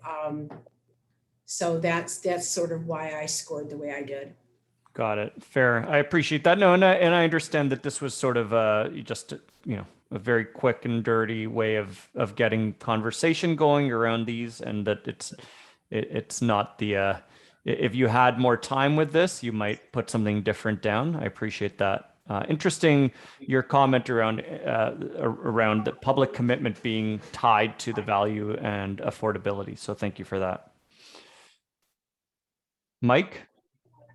Yeah, maybe it's because I'm the chair of the finance committee and my background is in finance. Looks like I put value and affordability higher than other people. I would have put it higher if I had more points. I continued to have problems with trying to put things like ridership on the same scale as these bottom ones, and trying to, it did continue to look like apples and oranges to me. And I did put ridership the highest category. I would have put it higher, except I felt that obligated to put at least a 1 on things that had some importance. Yeah, I found this a difficult exercise for that reason. Yeah. Okay, no, I appreciate that. Maybe I'll ask you this, Mike, in the context of your role and recognizing that there is a bit of a different way of viewing things, you know, the bottom half versus the top half. You know, ultimately as it relates to a long range planning exercise, sometimes you are evaluating, looking at much bigger cost items, right? And things that in a short-term exercise you wouldn't be able to consider because it just takes time. How do you view, like the need for substantial investment if we were looking at that 25-year time frame? How do you view that, and sort of what is the role, the board's take on how aggressive of an investment you folks would be comfortable with? Yeah, you make a good point. I think it's hard for me to try to think in that long range. And it also, I think, affected things like putting risk in there is another relatively high thing, because I always think about risk, and it's harder to conceive risk the longer term you think, I think, at least it is for me. Yeah, I probably did not look at this enough in terms of the longer term. That's just the way I did it. Right. Okay. It has to do with my age. No, it's all good. In terms of reflecting now, though, and again, I'm not looking for you to necessarily change your numbers, but I'm just trying to spark a conversation around that investment piece. And ultimately, the board is setting direction, giving us a sense of how, how aggressive or how boldly do we feel comfortable or want to go, and understanding what you view as, in the realm of the possible. That's pretty hard to answer because we need funding to do anything. Right. And the longer we go into the future, the more difficult it is to project that. Yes. We talked about additional millage. Yeah, I could think about that. But we can't do any of these things if we don't have the money, whether it's today or whether it's out 30 years. Okay. Susan, I saw. Yeah, no, I appreciate that. I think Susan had her hand up. I'm wondering if she wants to chime in on this. Yeah, just a little bit about risk. I rated that really low because one of the great things about this agency is its innovative spirit and piloting. And if you find yourself heading down a path with a pilot that doesn't look like it's going to be fruitful, you can stop a pilot, you can take a U-turn. And the work of the agency, maybe because I've been around for 25 years, has been iterative. We keep trying things and adding things and then doing more. And because I've seen it evolve, I fear the risk less. I mean, things like bike share was not a good idea that we co-signed on it, but it was an idea and we got out of it. And I'm just saying a lot of the things that we've done have been evolutionary. And with that in mind, if the board can keep track of budget, can keep track of opportunities like grants, I'm less fearful about risk, knowing that in the next 25 years, this agency can flex its muscles and innovate, learn from other agencies, keep innovating. And again, when you hit something that's just a sour note, back away from it. So I'm less worried about risk, given what I've seen as the success of staff at ATA. Thank you for that. Let me open it up to the group. Is there anyone that wants to chime in, make commentary around level of boldness or conservatism to take in a long-range plan, in this long-range plan? Is your sense that there is appetite for big growth and investment through millage asks and whatnot, but that, if we were to put forward a plan that showed a large amount of investment in the community and reap a lot of the benefits here, that it would get the support? Or are we talking a situation where you think that, asking for anything more might be hard? Roger? Yeah, I didn't put a lot of rate value and affordability very highly. A couple of reasons. One, the budget's a pretty complex document, and we as amateurs on the outside really have a hard time, trying to figure out, is this a good value? Is this affordable? The board's major involvement in financing is getting millages passed. And I think to get those passed, you have to come up with a program that attracts the public. With the last millage, it would have been hard for us to do any better. So I think the community is extremely supportive as long as we can show them a product that they put some value on.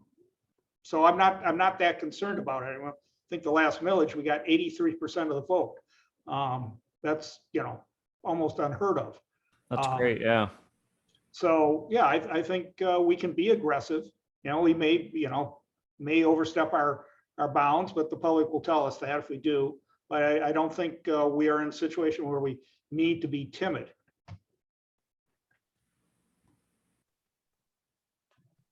Anyone else want to comment on that?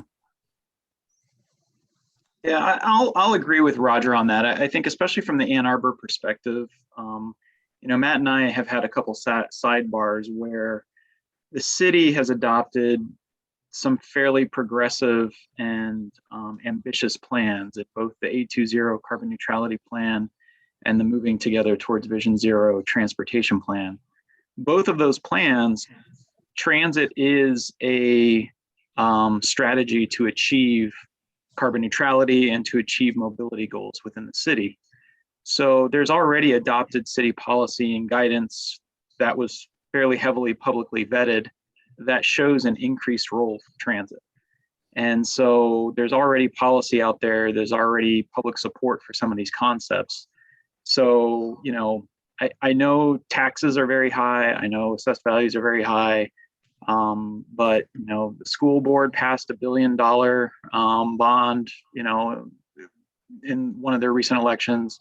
Roger's point about how successfully TheRide has been supported in the past, I think there's no good reason why we shouldn't be a little bit more ambitious than we've been in the past and take to task, especially the city of Ann Arbor, like, hey, you said you wanted increased service, we have to pay for that. So here's what it would take. If you want increased service, this is what it looks like. If you want green vehicles, for example, this is the cost premium. This is what we have to do for it. So, put us to task on some of the stuff that's identified in those city documents, and let's be ambitious.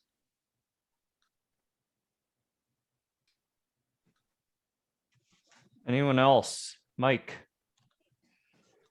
I certainly don't go against advocating thinking big. However, my understanding of our options in terms of being able to finance things thinking big. For example, I believe we could only issue revenue bonds. So we can't come up with a big project that's going to be out in the future that isn't going to show something to the taxpayers that they're going to get a benefit in the near term in terms of increasing the millage rate. We are very limited in that regard. And therefore, I believe we are very limited in terms of really thinking long-term in terms of financing big things. Yeah, we did great with the taxpayers on the last renewal, but the things we were talking about were very tangible and were largely being able to continue what we were doing. I'm not nearly as optimistic about using millages for financing big things.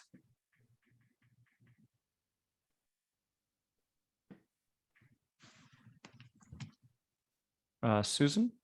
Yeah, just Mike and Raymond, you've hit a question that I should know, but I've been reading about there is a proposed millage coming forward aimed at helping the city achieve its climate goals.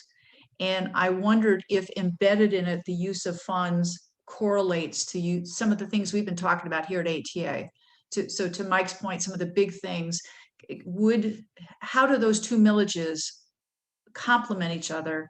And is there some portion of what's being discussed at City Hall anyway relating to transit, given how important transit is in the Vision Zero and the 2030 plans? Do you know if there's anything in there that ATA could use to meet our service needs? I'm not familiar with the particulars of the carbon neutrality millage that might be proposed, so I don't know what the project set is. I haven't really been involved in those conversations, so I don't know. I mean, I would speculate, though, that there are probably opportunities for partnership on projects. So when we talk about things like queue jump lanes, or we talk about transit signal priority that are on the city's network that benefit the ride, I think those opportunities, I suspect, are readily apparent and available. What I doubt is probably available is to support operations, that a millage would not fund an ongoing operational commitment, such as, increased frequency or an increased route or coverage or whatever the case may be, because that just represents a perpetual commitment that, so I would think that those kind of commitments would have to be identified by the ride, but project partnerships are, I suspect, an opportunity for the city and the ride department.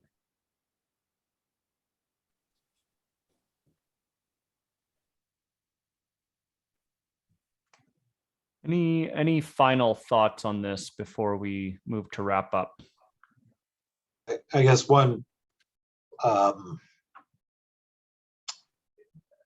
Roger and I had a conversation about something not that long ago, and I think it's one of the reasons we want to drive this initiative in terms of the strategic long-term vision and plan.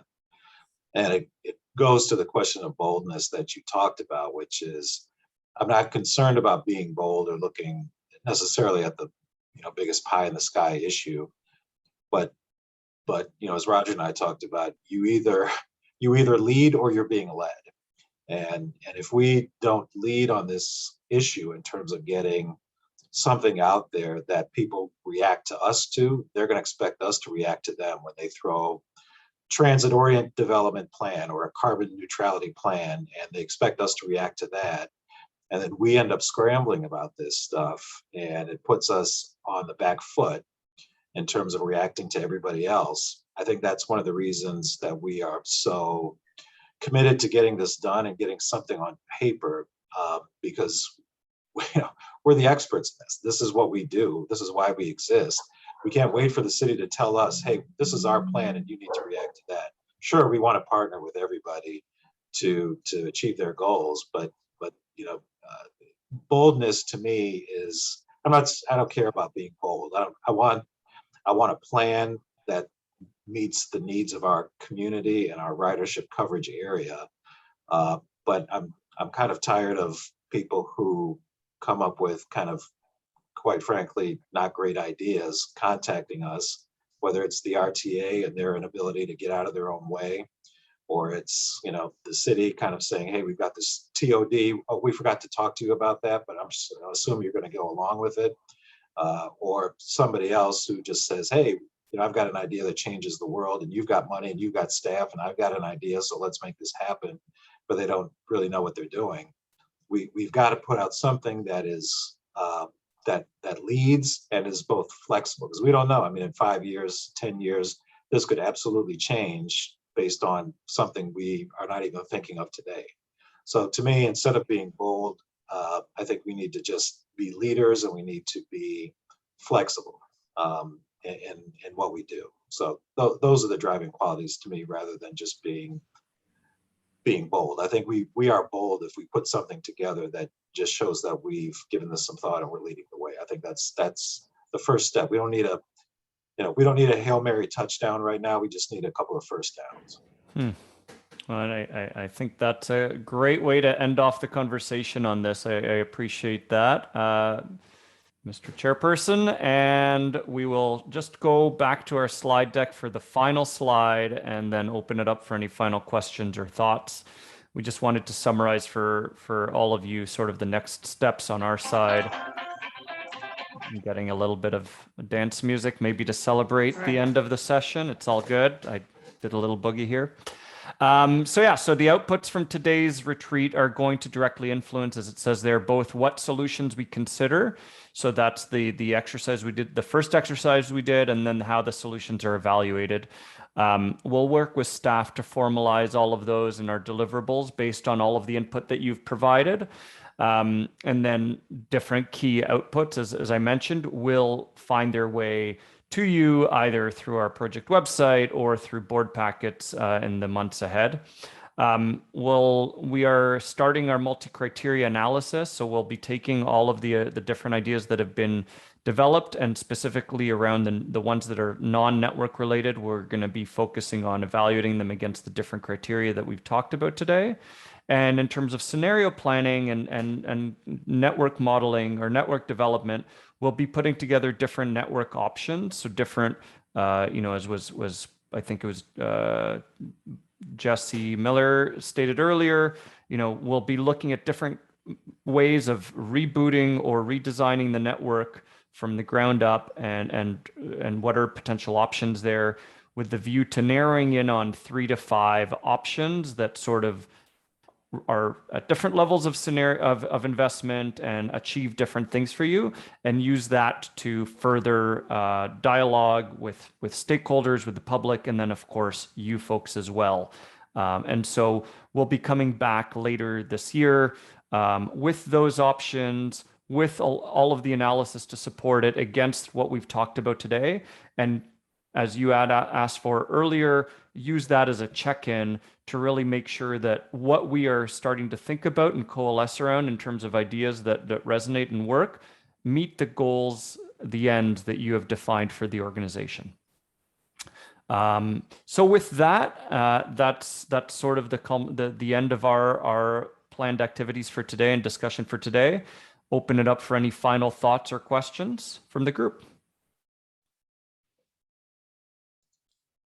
Any final thoughts from anybody? Matt, I don't know if you want to close it off with any closing comments or.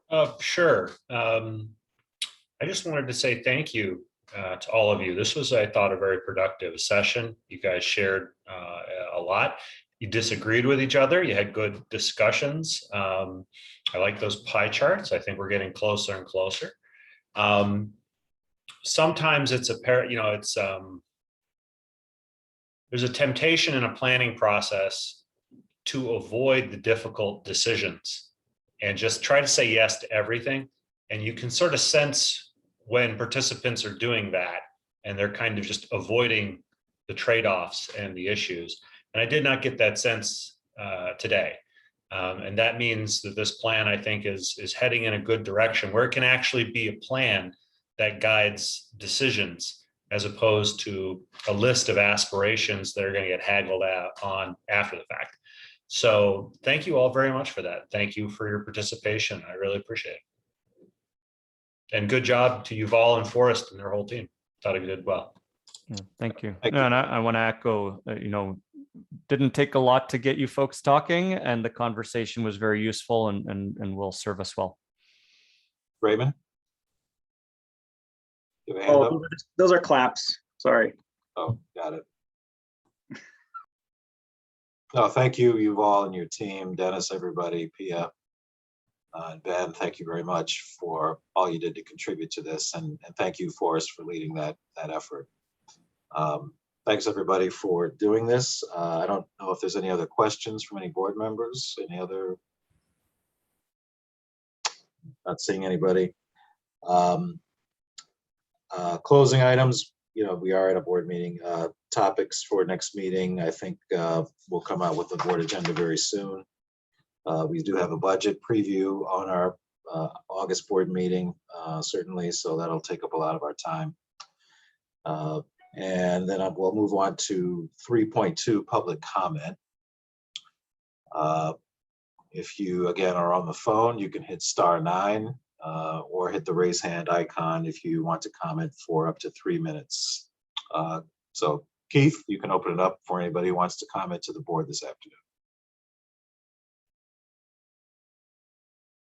Thank you, Chairman Mahler. We have Mr. Robert Pawlowski.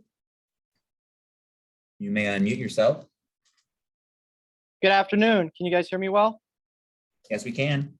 Okay, great. Very productive board meeting. Like the CEO said, it was well done, and appreciate the work. But I have 3 things, topics that we did talk about. I'd like to go on with Chairman Mahler's point that he made about State Street and the park and ride lots. I do got some ideas. I don't know if they might work out, but I would say, so since Sears moved out a while back, and that whole entire department store in that part of the mall has been empty for years, there's not been much, parking, to go into the mall in that area. And I don't see a department store going in there anytime sooner. So I would say put a separate area, because I know the service changes are coming in within the end of the month, to put another put a separate lot there, a separate shelter and a park and ride lot. You would have to talk that over with Simon Properties to get that option. Is something they, optional. It depends on what they got going on there. But another park and ride lot, I would say the other side, the eastern side of the Briarwood Mall parking lot would work good for that. State Street is a productive corridor, and I think that a park and ride lot, like everybody else was saying, would be great over there too. Now, the public engagement, well done for, all the stuff that y'all have done for, the service changes, everything. A lot of people showed up, even though it was virtual, we still had a lot more people come in. But what can we do more? Could we reach out to people? Could we do could you set up events and, talk to people in these events, like farmers markets? I know Smart is doing a round of them, getting people involved with their Smart Flex service in Dearborn, Hall Road, Pontiac, just now Pontiac, and Troy as well. So it's what can we do more? Could we have y'all set up events at these farmers markets, or these local events around the city, some events maybe in Wayne County, Canton as well, to get them involved with it as well, people that don't know about the ride? I think that would be perfect for public engagement, taking a step forward after COVID. Now, the last thing, Washtenaw, I love the plan that the CEO brought up. It's going to cost a lot of money, but in the long run, I think it'll benefit. Maybe in the near future, we could turn it into Woodward Avenue with a streetcar, but the traffic's got to be on a control first. But BRT is a great thing. A bridge to separate it, or a separate bus lane, absolutely. Just, projects got to be put in first. And it's going to cost money. It's going to cost a lot to, get that area under control, especially with Carpenter Road. But I think we can pull it off. But other than that, thank you so much for the time and opportunity to speak. And hope you have a good rest of your day. Take care now. Thank you. Keith, do we have anybody else who wants to address the board at this time? No, we do not, Chairman Mahler. All right, so we'll close that out and move to adjournment. Can I have somebody move adjournment into the record? Roger, seconded by Susan. We'll go on the list, yes or no. Move to adjourn, Mike, Yes. Raymond, Yes. Roger, Yes. Ryan, Yes. Jesse, Yes. Kathleen, Yes. Susan, Yes. Kyra. Yes. I'm also a yes. Once again, thank you, LTRT, the staff, and everybody else. Matt, Forrest, thank you again. Take care, everybody. We're adjourned. Thank you. Thank you. Bye, everyone.